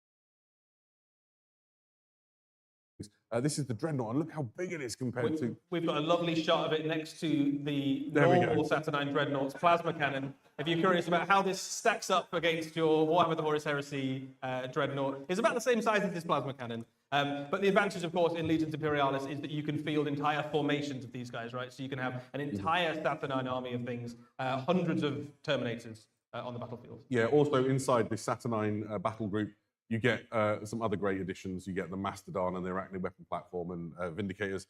All the things you need to have a really great sort of central force. Should you want to unleash the technology gifted by Vulcan on the enemy? Yeah, the Arachnid weapon platform is worth calling out some new guns it's got, now that it's in Legions Imperialis scale. Along with the quad autocannons, there is also the option for twin Punisher cannon and the Aureus heavy frag missile launcher. Yes, so loads of different choices to put on your weapon platforms to kill whatever your opponent happens to be putting down on the battlefield.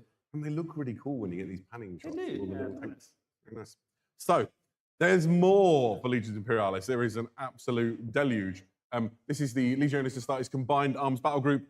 It's all stuff you've seen before. We won't linger on it too long, other than to say this is a great way of getting a whole bunch of Space Marines for your Legions Imperialis games. Like units and tanks and vehicles and all of the good stuff. It's kind of an army in a box, or certainly a small army, or a very easy way to expand. This is also a box on its way for Solar Auxilia, doing a very similar sort of thing. Loads of different units. You've got some super heavy, some infantry, some scout units, some Ogrins, all sorts of stuff. Perfect. Now, let's talk about super heavies for a moment. My favourite tank in the Horus Heresy, maybe in the entire Warhammer universe, is the Space Marine Legions Astartes Fellblade. Here it is. It comes as like a two-for kit. The other thing inside that kit we just saw is the Glaive Super Heavy. I like a Volkite. I like the Glaive. You're a Glaive guy. I'm a Yeah. Glaive guy. Fantastic. There are more super heavy tanks on their way for the Space Marines as well as the Fellblade and the Glaive. There is a second kit on its way, which makes a Falchion super heavy tank, and also a brand new super heavy tank that we've never seen before. The Ascalon super heavy tank with the largest tank portable flamer in the Age of Darkness. Yeah, that you just really want to burn somebody at this point, don't you? Yeah, that is the same size flamer that you get on Titans, just for scale.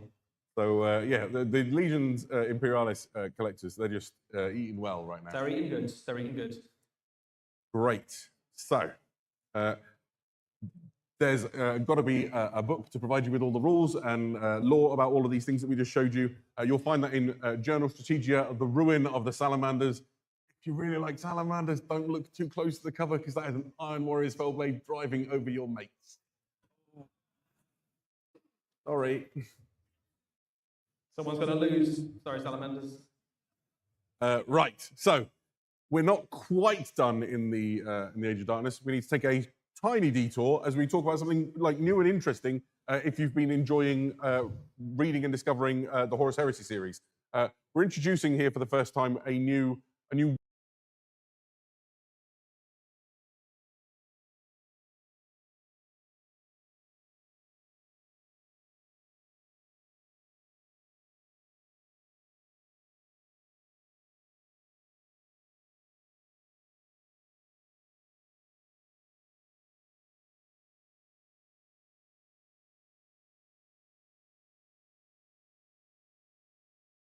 Heresy saga, and the first volume in it is Horus Rising. What is the Horus Heresy saga, I hear you ask?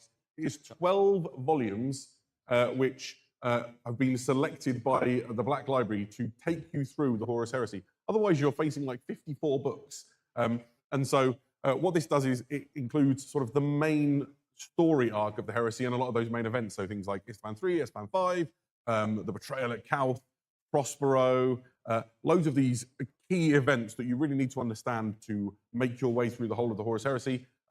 Eddie's holding a copy of the hardback book right now. If you're in the room, come and have a look at the end of the show. It's a beautiful volume, fantastic new artwork. There'll be a paperback edition coming in the future afterwards as well. These are intended for people who maybe, a lot of us in this room have probably followed the Horus Heresy for years, right? But if you're new and you want to know where to start, well, this is a fantastic starting point. Horus Rising is one of the most popular books in all of the Black Library, and it's exciting to see it in a new imprint. Oh, I'm going to see if we can get some shots of this. There we go. It's exciting. Right. I guess the thing to talk about with Horus Rising is this is kind of the book that like launched the Horus Heresy into the fame and the notoriety that we're familiar with today. There we go. What a lovely book. There we go. The cover art is fantastic. Horus Lupercal looks like a really swell guy. I would follow him, definitely. I think he's like a great guy. It's all going to turn out just fine. Who wouldn't trust that guy? Fantastic. Right. So we are moving on now. We've been to the Age of Darkness. Let's return for a moment to the old world if we can. So let's play the video. The enemy are at the walls. Now is the time for every citizen to take up arms. The great mages of the Celestial Court stand with us. Together, we defend our homeland. This great bastion has stood for 3,000 years. It shall not fall today.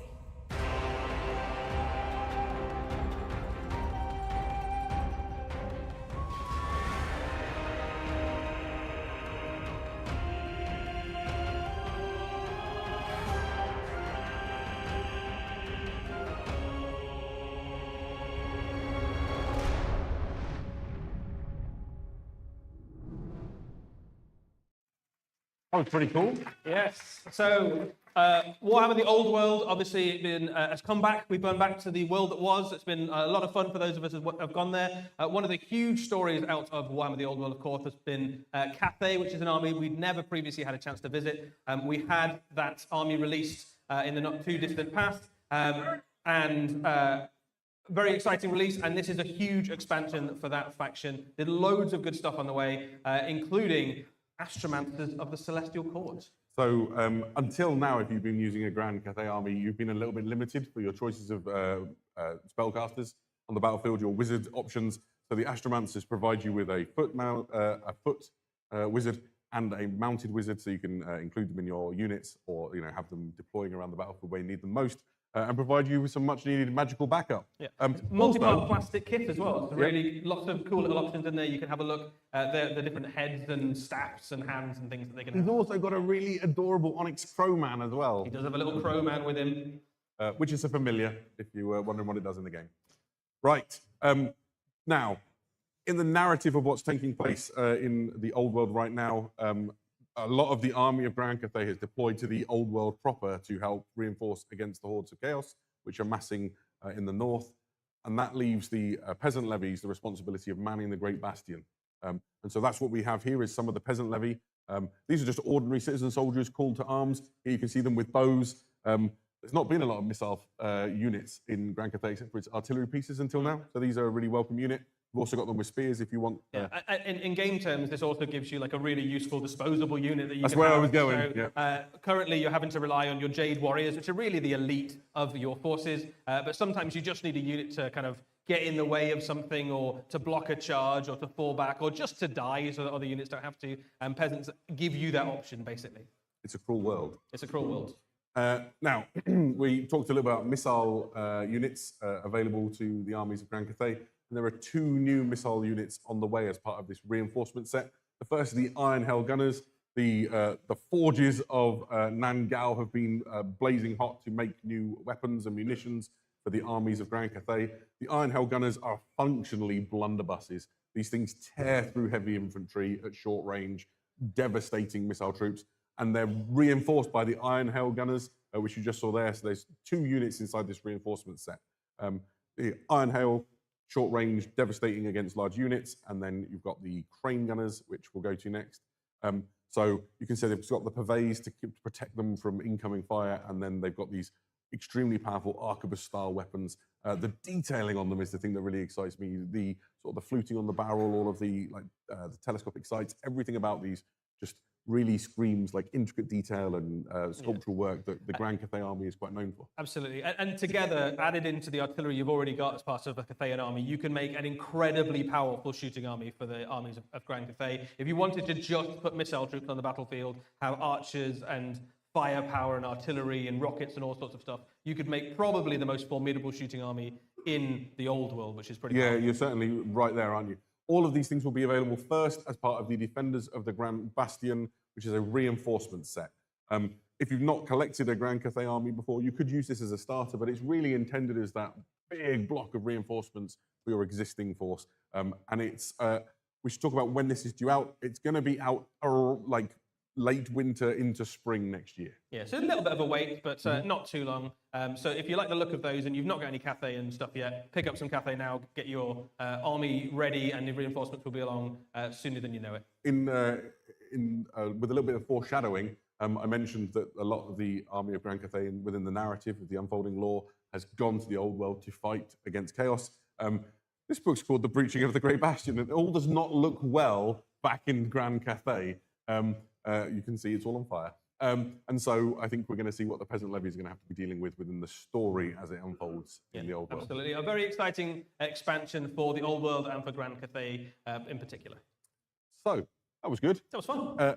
Why don't we go forward and have a little bit of a look at Necromunda?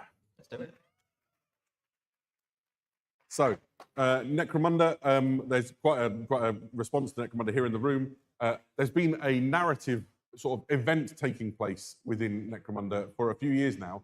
And you see here, this is a new book that's coming for Necromunda. It's called Spire of Primus. This is part of the Aranthian succession story that's unfolding.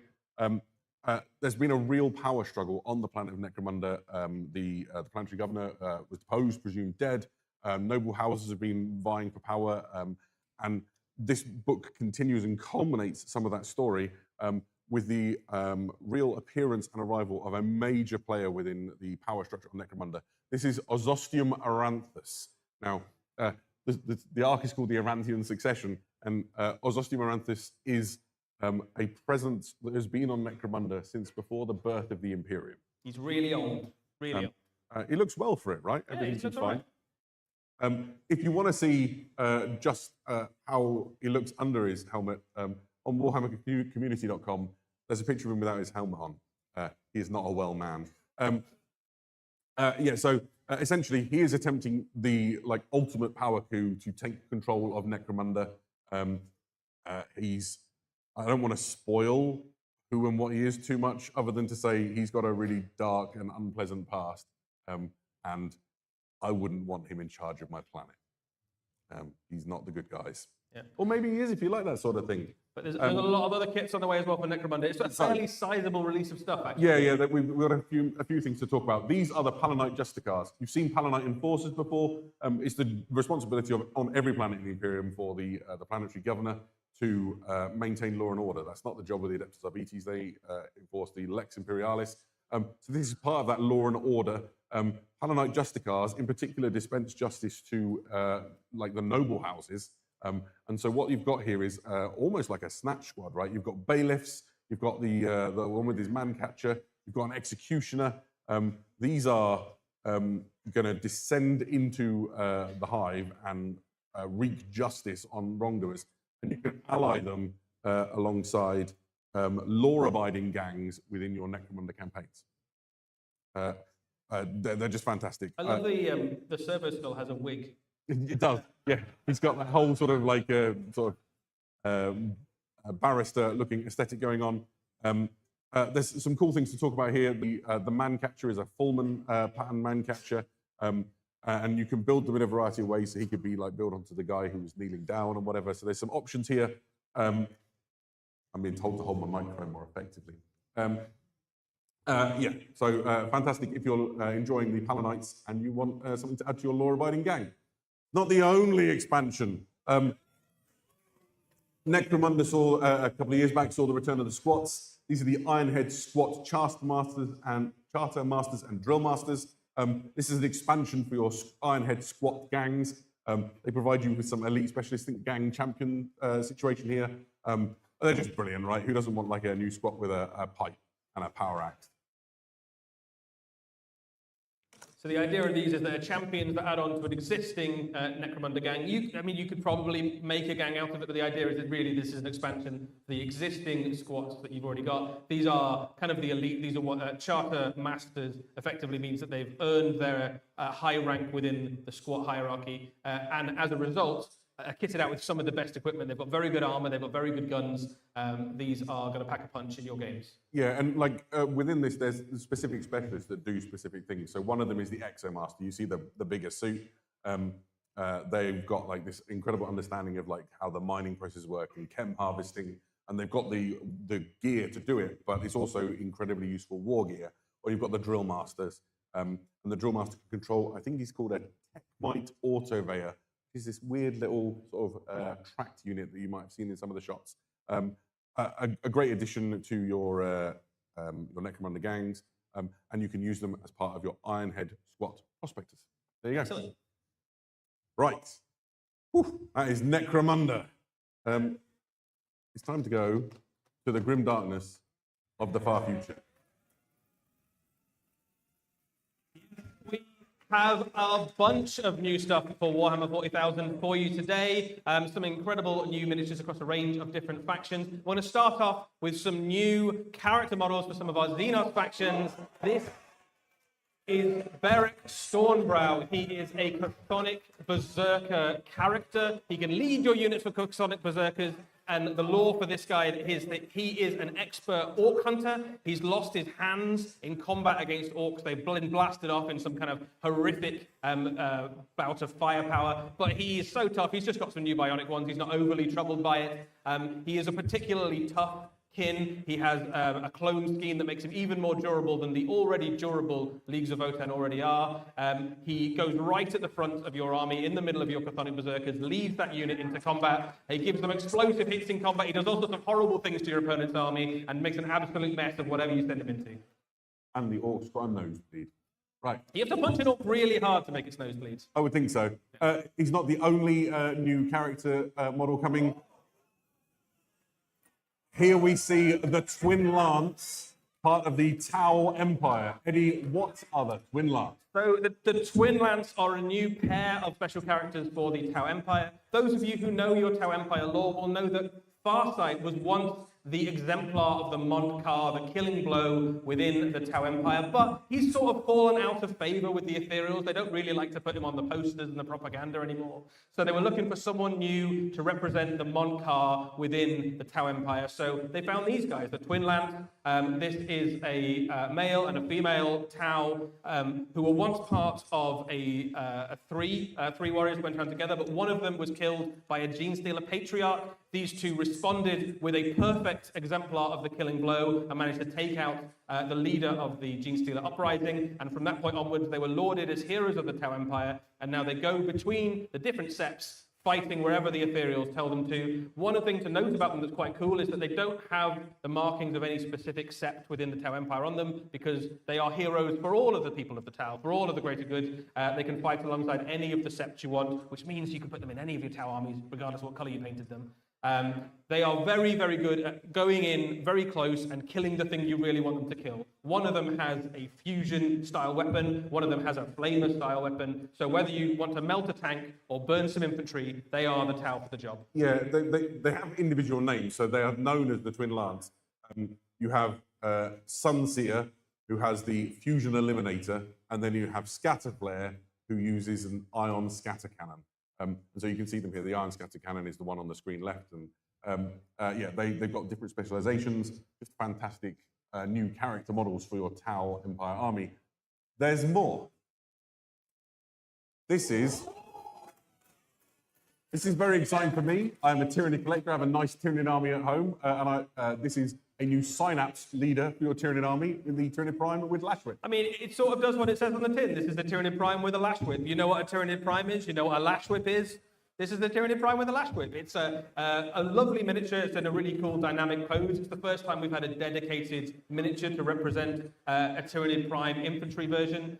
This is a character that you can put in amongst either Tyranid warriors or one of your infantry units, makes that unit more efficient and obviously gives you some synaptic benefits as well. But I think just a really awesome Tyranid model, actually. Just really great to have something new to paint. Yeah, we should say these three releases that we just described, so Berek and the Twin Spear and the Tyranid Prime with Lash Whip, we're expecting to see them release into the new year. So think more like springtime, I think. Yeah, it's a little way off yet, but we just wanted to show you some cool stuff. Exactly, it's always nice. There is a lot more for Warhammer 40,000 for us to show. I believe we've got a little video. Yeah. The Primarch Reborn demands the impossible.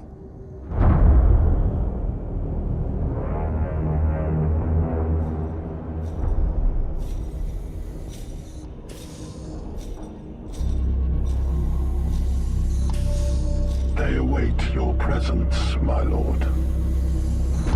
He commands us to reconquer the 500 worlds of Ultramar. In the 10,000 years between his death and rebirth, how many worlds have been scoured by the archenemy?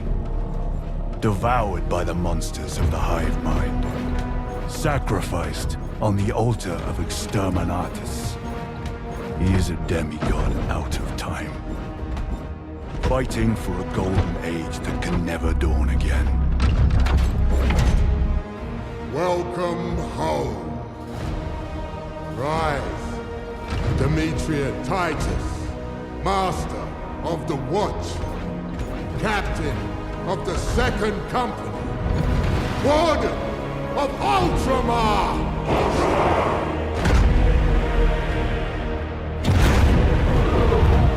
Primarch Reborn demands the impossible.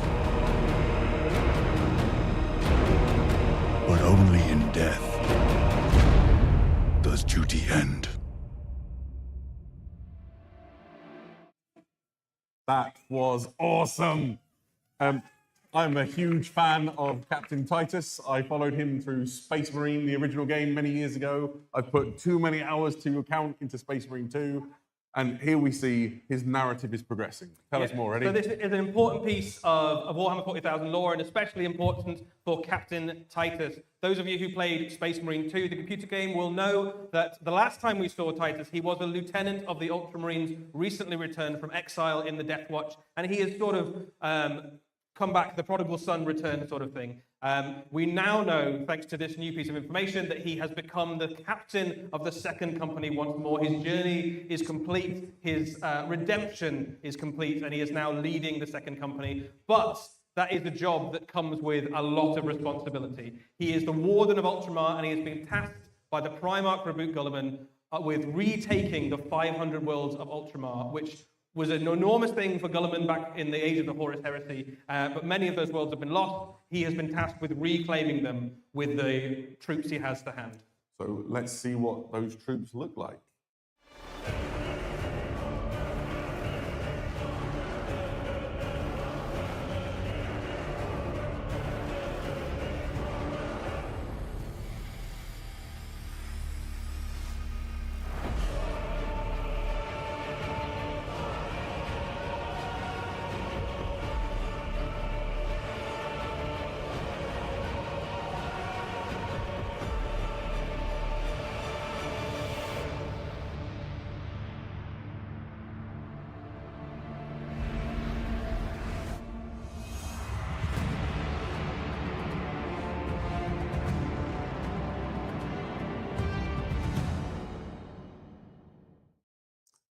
Fantastic. So here we see Captain Titus and the Wardens of Ultramar. This is a new plastic kit that is coming out for the Ultramarines chapter.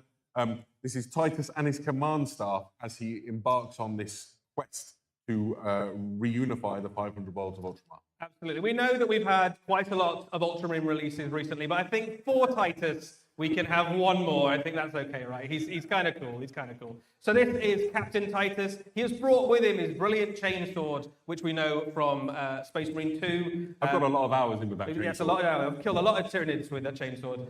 He has the mantle of the captain once more, so all the regalia that you'd expect of that position. A very cool cloak, and he is at the center of that new box set. But it's not just him. He's brought with him his entourage. Possibly my favorite Space Marine in the whole galaxy. Anybody here seen Secret Level? In the chat, have you seen Secret Level? If you haven't, you need to go and watch it. It's an incredible animation that we made in partnership with Amazon as part of their Secret Level series. Matoris is the veteran sergeant who recruited Titus as a boy. And here they are reunited in this plastic kit. Matoris is going to help Titus on his quest to reunify these 500 worlds. Yeah, he is a sergeant of the Blade Guard, so as you can imagine, he is a very, very competent combatant, and you can watch him be a very competent combatant in the Secret Level episode. He's not the only Space Marine to accompany Titus, of course.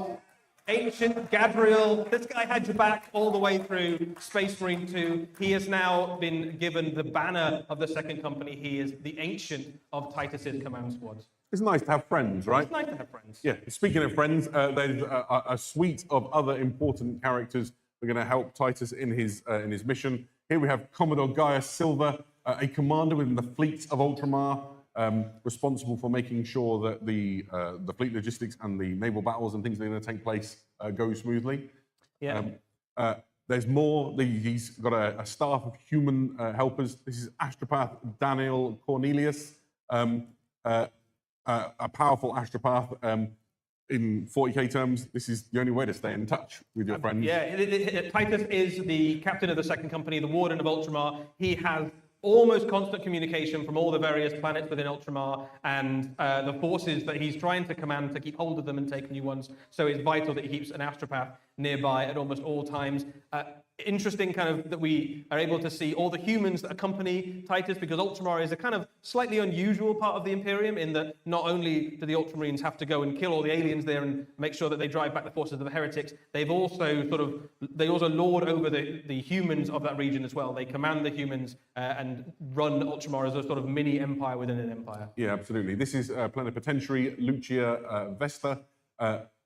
they go ahead. This character goes ahead of Titus, kind of as a messenger, but also as an explorer. So, sort of scouting ahead and working out which of the 500 worlds that are lost are able to be reclaimed, and helping him with that mission. And possibly my favourite of the human helpers. This is Amelia Minervus, the Legatus, a ranking officer within the Ultramar Auxilia. Yeah, absolutely. The Ultramar Auxilia are the human forces of Ultramar that battle very similar to the Astra Militarum alongside the Ultramarines, trying to retain those 500 worlds and defend the borders of Ultramar from aggressive alien forces and heretics. So the idea with this set is that it's essentially Titus and his command staff, and it's a fantastic leadership unit to use in your games, brilliantly characterful models, and also really starts to help tell the narrative of this event that's taking place with the 500 worlds. Speaking of which, Eddie, do you want to get the book? Get the book. We've got the book here today, so we can get it out and show you. This is Warhammer 40,000 500 Worlds Titus. It is when we say book, that's a little bit misleading. Here you can see it's a mighty slipcase that contains 4 volumes to it. What these volumes do is each has a slightly different thing. So you have the first of these books is called Titus. It's the lore, it's 80 pages of the narrative and the background that explains the events that are taking place. You then have Dread Incursions. Dread Incursions are the way to play boarding actions and sort of close confines battles as they go from place to place. So we've seen some fantastic terrain come out for Kill Team, which would be really useful for doing some of those sort of boarding action style situations. We've also got the War on Vespertor Front as a campaign. Anybody here enjoying the grand narrative this weekend might find this extremely appealing, because this is a complete campaign system. In the background of this shot here now, you can see the map that comes. Oh, we've just lost it. But there's an enormous map that comes with this set. There's loads of stickers that you can sort of track the progress of your campaign with you and your friends as you battle for the 500 worlds. And finally, but by no means least, we have the detachments volume, which is 16 pages of all of the detachments and the rules that you need to use these new things in your games.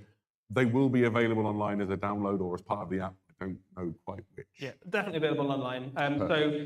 This is a very cool set of expansions. There's loads of good stuff in there, loads of good gaming material. It's sort of particularly themed towards those of you who enjoy the narrative element of Warhammer 40,000, but as you say, Adam, the detachments will be match play compatible, but because we don't want to kind of limit them behind a big set that you have to buy, they will also be available online for those of you who want to just get the detachment, but then you'd be missing out on having an amazing campaign experience within the 500 worlds. And what this set really does is it sets up that region of space as a pivotal and important part of the Warhammer 40,000 universe, one of the most active war zones that's currently happening in Warhammer 40,000 right now, which is to say something, because there's a lot of war going on.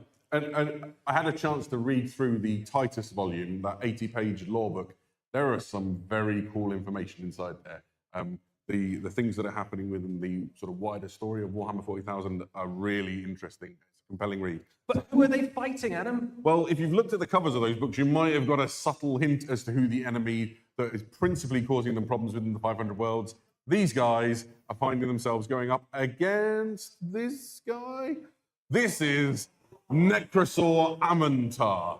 And who or what is Necrosaur Amantar? So Necrosaur Amantar is effectively a deranged destroyer lord of the Necrons. He is an ancient, powerful creature, and he leads an entire army of destroyers who want none of that kind of conquest or claiming land or anything like that. He just wants to wipe out all life in the galaxy, starting with Ultramar. There are even rumors that he might have been the origin of the Destroyer curse itself amongst the Necrons, so he's a pretty big deal. He has a particularly diabolical plan.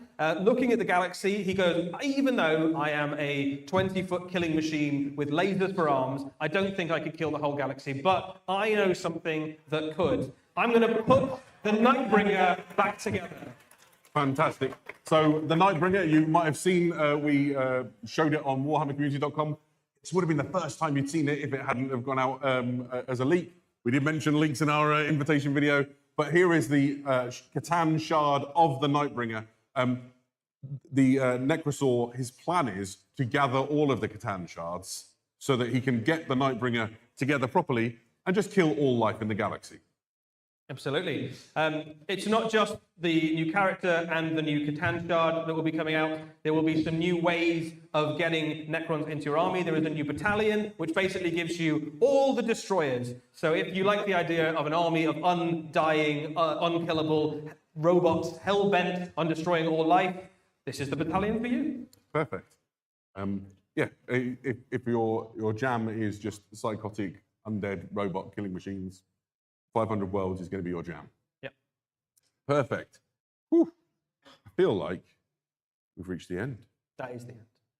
Perfect. Right, so here we go. Let's just look at Titus squaring off against the enemy. And then what remains is for us to bring this to a close. Everybody who's been watching us live on the stream, thank you so much for sticking with us for our technical difficulties. We appreciate it wasn't perfect, but it's been really great to show you all these fantastic Warhammer reveals and just get a bit excited about our favourite hobby with all of you. Thank you for hanging around with us. If you want to see any of these reveals again, you want to watch any of the videos again, you want a closer look at any of those miniatures, the Warhammer Community website, if it's not already updated, will be updated very soon with lovely shots of all of those new reveals so you can spend time, look over them, and decide which of those you're most excited about and which one you want to buy. Yeah, absolutely. And if you've got burning questions about things Eddie and I didn't explain, there's a good chance that the answers will be there on Warcom, so go and have a look.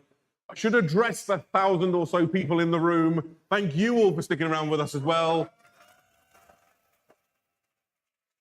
You have been an incredible audience. It has been a delight to share this reveal with all of you. We're going to bring this thing to a close. Thank you from Eddie and from all of the Warhammer TV team who made this possible. And thank you from myself. It's been a delight. We'll see you again next time. Good night.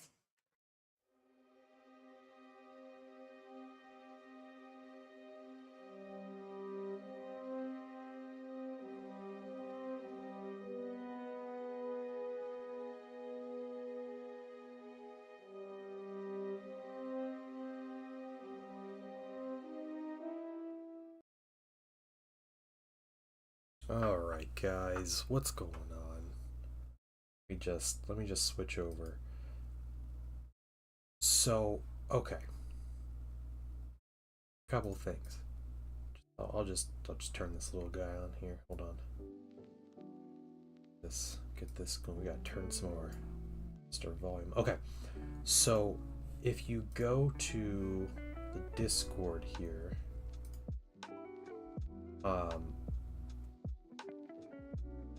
yeah, Aslan posted the image.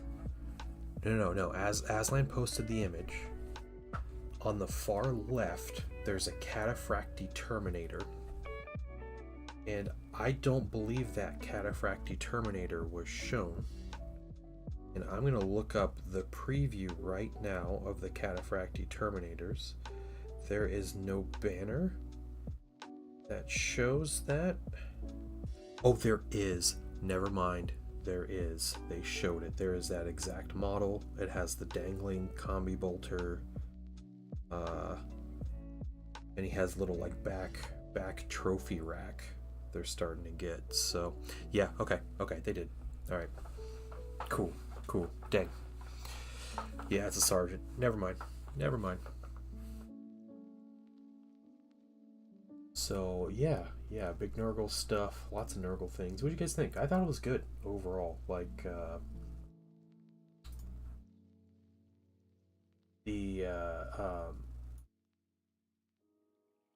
someone tagging me here. Oh, the Ultramarine stuff looked great. Honestly, like solid stuff. It's one set of Elios. It's one box set. So one Space Marine set that was even like, it was less than half Space Marines, by the way. So it's like a 0.4 for Space Marines, and then it's like a 5.6 for non-Space Marines. So that's pretty decent ratio. They showed all the Space Marines before, right? You're starting Nurgle. You have all 4 Chaos Gods. Yeah. Yeah, weird. Yeah, it was like a Xenos reveal stream. That was really strange. Yeah, whole bunch of Xenos minis. Yeah, this is not the end narrative. This is not the end of 10th edition narrative. Don't do lieutenants. Oh gosh, yeah. Love 30k Skitarii so much, yeah. They look good. I want to see them with different painted cloaks. I don't like the like off-white cream colored cloaks, but I think the models look good. And there's a hero in that. I don't know if you guys saw that. There's a Skitarii hero in that set, a character that comes in that set. It's 16 Skitarii, and there's a Skitarii hero, and there's a Vulturax in that box. I also don't like the numbers they're using in these boxes. The Cataphractii are only 6 models in a box, which I really don't like unless that box is like $50. Then it might be okay. The Skitarii are 16 in a box, which is also a very strange number for Heresy has been very set on 10 and 20 models, 5, 10, 20 models in a box. And so going down to like weird numbers like 6 and 16 is really strange. Give them black and red cloaks. Yeah. They're getting love, just not in 40k. Yeah. But demons, you know, there's good demons there. Yes, Saturnine Termies are 4 per box. That's true. Yeah. So it's, yeah. Not a fan of that. I'm also not a big fan of Cataphractii Terminators. I already have 20 of them. I don't necessarily want more. One thing I predicted, and they kind of revealed, is that there's a separate heavy weapon sprue in the Terminator box, in each Terminator box. So the Tartarus Terminators, when they release, they'll have that sprue in there. So now the question is, do these get lightning claws? Because I did not read anything about lightning claws on these minis. Each kit comes with 6. Okay, you got power weapons in yeah, there's no lightning claw, no double lightning claw option in the Cataphractii box. So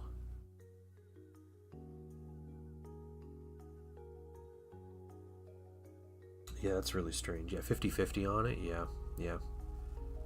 Teal cloaks as per usual for my dark mag. Yeah, that's fair. Yeah. Yeah, it's definitely a reduction in options on the Cataphractii, but they are, you know, bigger, more detailed minis. Like, that's going to happen. I wonder if we'll end up getting like upgrade sprues for Terminators, and I honestly wonder if the hands that come on these models are swappable with Tartarus. We're past 2. Alright, Wandering Pig, you have a good evening. Yep, thanks for sticking around. That stream turned out pretty late. Okay, Aslan Grants. Chill, man. Yeah, the Breachers look good. In the Breachers, they do say that the shields are an upgrade sprue. The shield, like the Breacher kit's an upgrade sprue on top of the Mark III Marines. So I assume they intend on you using those for anybody. Yeah, those are just tactical Marine poses.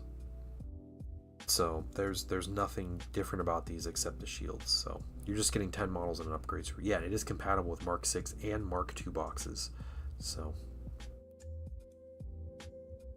yep, it is compatible.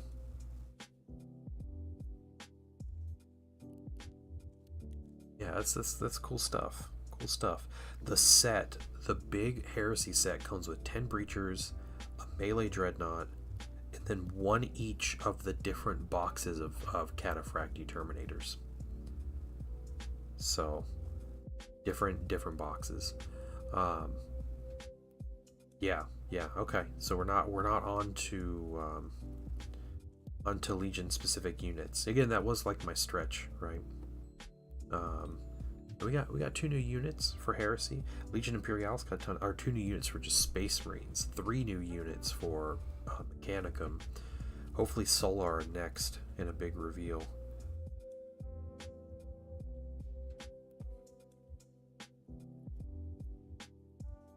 Yeah. Hey Sith, what's going on? We're gonna close it down here in just a minute. Pre-show's disappointing. That's too bad. I thought it was good. I thought the models looked good. There were very, very few models that I saw there that I was like, it's not great. Yeah, hey, man, by the time July came around, I think we all understood the Year of Chaos wasn't going to be a thing. Also, I think GW says Year of Chaos like every year. So...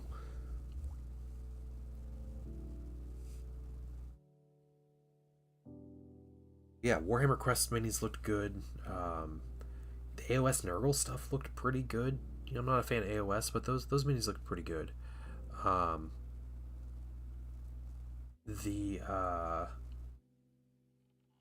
We went to Heresy. All the Heresy stuff looks great. The Skitarii are cool. I'm glad they have Skitarii in the game, and I hope those are troops that can hold objectives, which would be nice for Mechanicum players. And I had felt like that was the going to be the case since they teased that little like Skitarii arm and leg and everything back 4 months ago. Yeah, the Necromunda stuff was okay. I don't know. The infantry looked pretty cool, but otherwise it was all right. The 40k stuff looked great. I mean, it is a bunch of heroes and stuff, but yeah, it's a very random assortment of heroes. Like Votann need more stuff, not necessarily more heroes. They could use more units, but they did just get a bunch of units. Tyrannid's got a bunch of new units. Like them having the Tyrannid Prime is nice. To have that back. Hopefully they get the Shrikes back at some point too. But yeah, the Tau, they're normal size battle suits. I mean, that's cool. It's better than like some big knight size thing again, right? Slangor's just hammers home how bad the Heat Knight range is. Yeah, Heat Knight range is a little old at this point, isn't it? Icon preview is pretty good. Something I'm looking forward to. That's basically it. Yeah, that's fair. That's fair. Yeah, Sith, and if you're a big AOS player, like, everybody got a little bit of something, right? 40k definitely had the biggest reveal, though, I think. Cathay Wave 2 is going to be great. Those are needed units, and I hope what they do with their new journal is they update the whole army, and they kind of tone down some of the unit rules for the units they have, because Cathay is like broken powerful with how strong they are. And I always felt it was because of their lack of variety, so you had to make each unit really good.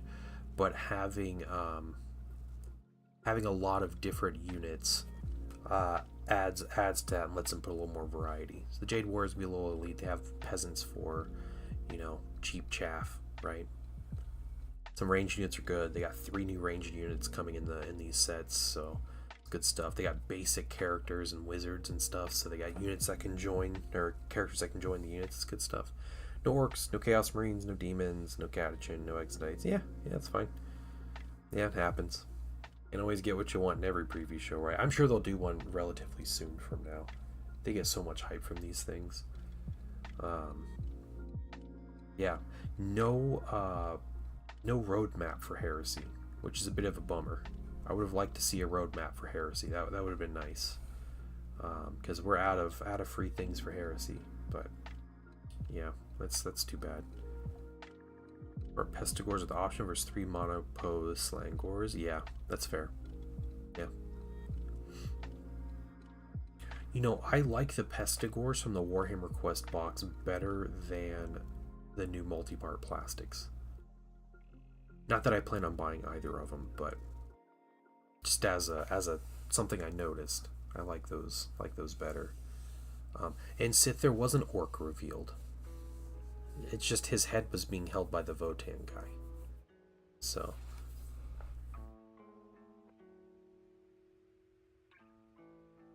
yeah. No, we're never gonna get all the things we want, right? That kind of happens, but yeah, I think what they showed was all pretty cool. Yeah, Captain Titus, that's cool. Advancing the story. That's an Amazon tie-in, guys. They're starting to tie minis in with Amazon. And if the Henry Cavill series is the Scouring, if it's about the Scouring, we're going to see a Scouring game and a bunch of minis from that TV show. That's what's going to happen. It's going to be the tie-in game. I can see it now. Yeah, not another variant. Yeah, dude's only got 2 variants, alright. Jeez. The memeing so hard, Sith. Yeah, I thought for a second it could have been Calgar. Talk about the Lord of Ultramar and stuff. It's like, oh no. It's Calgar with a cape and in power armor. But no, that's cool. That's cool. Yeah, I think female custodian will come with a 30k custodes. Those will be soon. They're going to show those soon. Yeah. I'd say before the end of the year, they'll show new custodes. I'm surprised there's no new tanks coming in Heresy. They were so bent on releasing all kinds of tanks in 2nd edition, and there's so many more tanks to reveal, and I'm surprised they haven't shown more tanks. Talk about Darkwater, the Tau, most other stuff. That was neat. Yeah, yeah. Yeah, you'd be excited. You know, you're never gonna get everything you want out of these, and sometimes you don't get anything you want, but try to be excited for what there is, right? And excited for people that are getting the cool stuff they want. Maggotkin players are feasting. Ultramarine players are always feasting, apparently. The Cathay players, man, they just doubled their miniature line for Cathay. Like, that's awesome. That they have like a legitimate faction now. Yeah, don't forget about Dreadnought Calgar Sith, or what's the like little scout dreadnought that dudes just drive around in. People in the chat were complaining about Heresy, saying it was dead. Yeah, I know. My draw, because the people in that chat, man, there's a lot of racism in that chat too. It was wild. It was wild how racist people got real quick in that chat. Disgusting, but it's a lot of perpetually online people, and yeah, that's people. Yeah, it's 4chan people, right? 500 Worlds is not the end campaign. It's not Avelios. That's a one-off set. That is a one-off set. I don't think they're gonna release much more for 500 Worlds. No, it's a filler before they do the end campaign. New players fighting on army. Got a cool character, yeah. Yep. They have the Tyranid guy. The guy that was swallowed by Tyranids a bunch. He's apparently very tasty.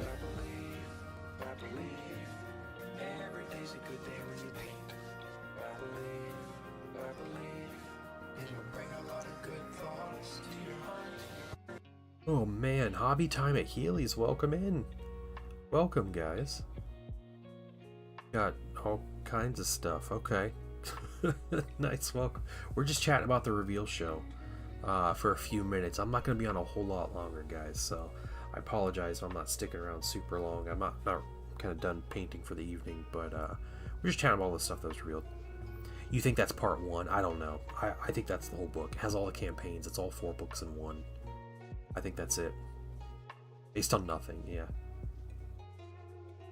Because they didn't talk about anything else coming for it. It was just, that was it. Here to share hobby love. Welcome in. Pomme de Terror. Welcome. Hobby time at Healy's. How was your stream? Were you guys watching the reveals, or were you just painting, or doing something else? Yeah, that's what you think will happen. That's fair. That's fair. Yeah, I still think it's gonna be yeah, I think they'll do like Trays in the Infinite and Pirates and Corsairs type things. Watch it yourselves. Yeah, I'm also sleepy. You know, it's only, you know, not quite 9:30 here right now, so I'm not suffering too bad, but yeah, it was a great time. Welcome, guys. Welcome, guys. Give a hobby time at Healy's. Give them a follow.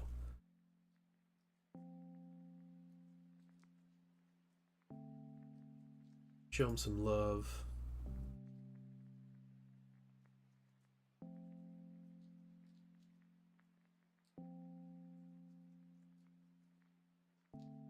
Get photo frame diorama for 40k and watch the reveals. Nice. Yeah.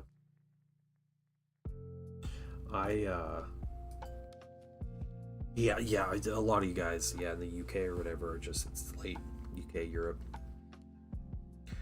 I was painting before the reveal stream, but I can't concentrate on both, and that was hard enough to concentrate on that stream anyway, because all their audio issues there in the first most of it. A lot of people have said in the chat, "GW called the stream to be finished." Yeah, I mean, people always are. Putting a 500 Worlds box sets for other factions. Sith, I don't think there's going to be other 500 Worlds box sets. I think that's it. I think there might be one or two more, but I think it's going to be like Space Marines. And I think 500 Worlds is a contained campaign system that they may release other campaign systems like it later, using the map and the multi-books in the sleeve, you know, with the split up thing. They might do that more in the future, but I think 500 Worlds is just that contained system, I think. And now if we go to we can go to Warcom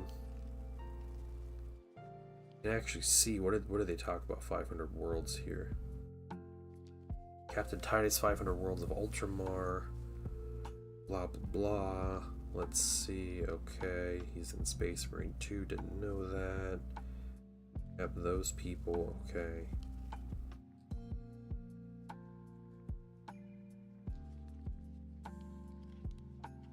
Okay, there's that guy. Alright, the Catan.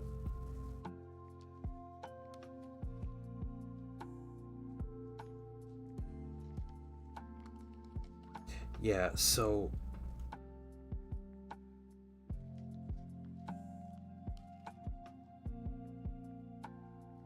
let's see. It's got all the things. They're talking about the set and the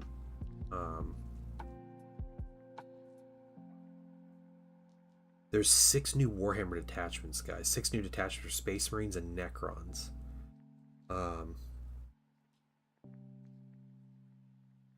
No, I think that's it. I think that's all there is. It's that set of 4 books and the miniatures they showed. Yeah, it says it's the next major narrative expansion for 40k. It's presented as a set of 4 books enclosed in a decorative slipcase. And it tells the story of Titus. Yeah, I think that might be it for 500 Worlds.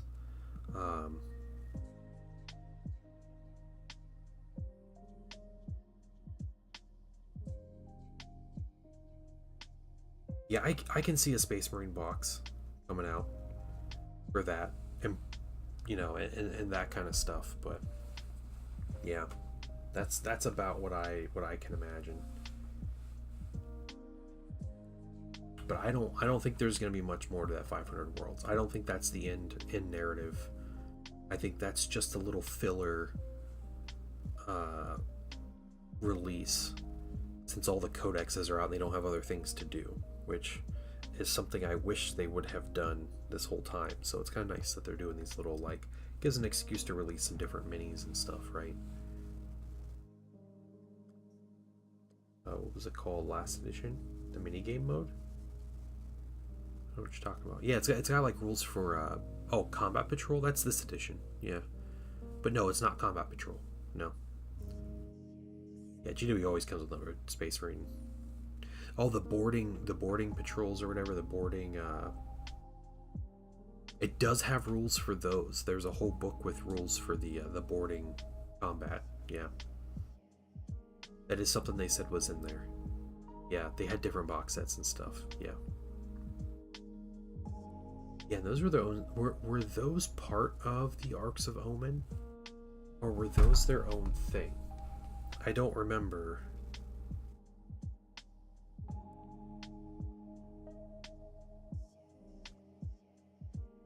I don't remember if the boarding combat is that.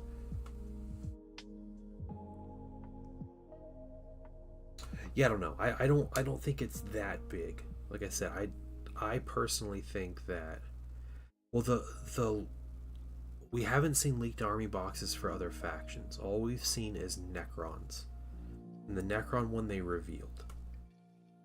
And so far, it says the whole narrative is that it says the whole campaign is contained in the four book set, and it's Space Marines and Necrons. So, I mean, we'll see. It'd be cool if they go further with it. If this ends up being the end narrative of the edition, that'd be cool. But yeah, no one cares. Like 80% of the people play Space Marines, and I'm pretty sure 10% play Necrons. Like, Yeah, that's fair though. Yeah, it's not for everybody, but there's rules for boarding patrols and other things like that. But yeah, I mean it's not for everybody, right? The Marine players own those? I don't think the Marine players own Titus. Titus also has the advantage of being a video game tie-in, right? And tied into a big Amazon animation. Like all of this whole thing I think is for the Amazon tie-in. The pop culture tie-in is what this is. So it's probably going to sell like crazy because it has, you know, you can get Captain Titus. It's got new detachments. It's got you know, boarding patrol rules, which are things that people really liked. Yeah. The campaign looks like it could be interesting. No, the Amazon show. No, I'm talking about the Secret Level episode. That was the one good episode from Secret Level. And they literally have a character from that in this set that's coming out.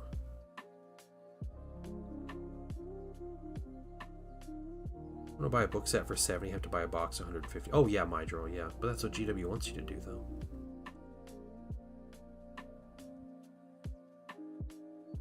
You know what that is? Oh, okay, you're missing out. It's an Amazon Prime series called Secret Level. And they did a Space Marine episode. They're shorts. It's like an anthology series of shorts.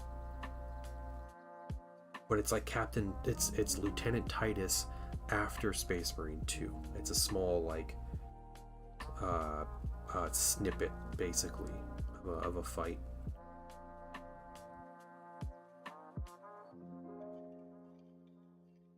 We were hyperfixated on Custodes being featured. Who was hyperfixated on Custodes being featured?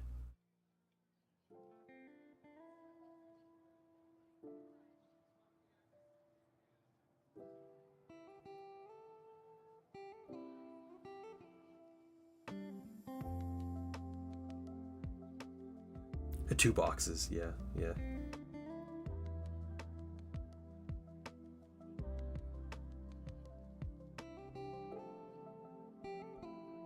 Yeah, I think my draw is very much like either. Am I stuttering a bit? I don't have any issues right now.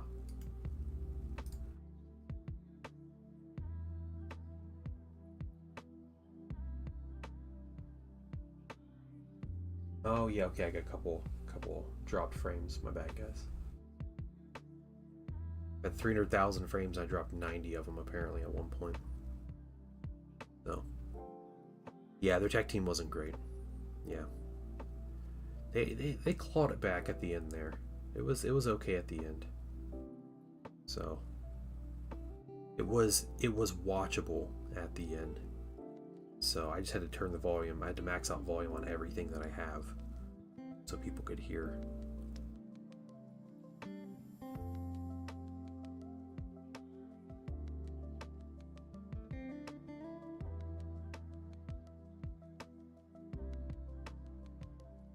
Yeah, crazy stuff. I don't know. Cool reveals. I still think this is telling me what bitrate is. Where's my bitrate poopy on Twitch? What you doing, Twitch? Alright, well, maybe that's my sign. We can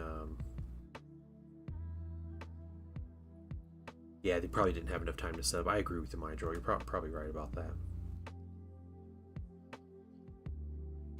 Yeah, especially when you're working with like live stuff like that, and it's not like it's not like your own studio, right? You can't control all the factors, right? Horus Heresy, yeah, Horus Heresy is long. The condensed books seem interesting. I'm gonna read up on them, but Nurgle's cool down my field, yeah. Not tons of stuff I'm like, man, I gotta buy that out of this, but the minis looked great. I think the minis shown look great, and I think everybody who has a faction or plays, you know, something that's related to something that was revealed, good for all you guys. You guys got some sweet looking minis. Emperor's children out with 15% more stims made from human remains. Yeah, yep. Fabulous bill. Yep. Yeah, the hairspray reveals are good. The minis looked good. I'm more concerned about the box sets for the Terminators. 2 separate Terminator boxes, only 6 Terminators in a box. They have a separate sprue for heavy weapons. There's a lot that I need to see before I'm okay with what they're releasing for it. But also, I already have 20 Cataphractii Terminators, so I don't plan on buying any more.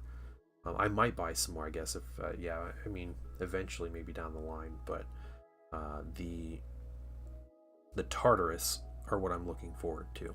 So maybe the next reveal show they'll do Tartarus. Tau character's cool, the Necrons are awesome. Yeah, yeah. Even the new Votann guy looked pretty cool.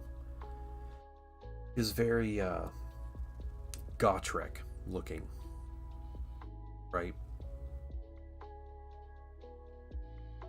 It was either an older Gotrek mini or like a Demon Slayer, Dragon Slayer, Troll Slayer mini or something for the dwarves, and he's holding up a head.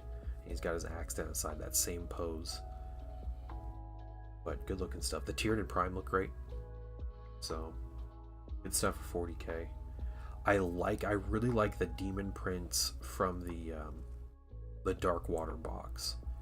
That mini's great, and I would love to just paint that mini. But I'm not buying that box to paint one mini out of it, so that's not gonna happen. Yeah, good stuff, guys. All right, I think I'm gonna call the stream there. I have streamed way too much today. I'm gonna have the day off tomorrow, but I should be back on Sunday night.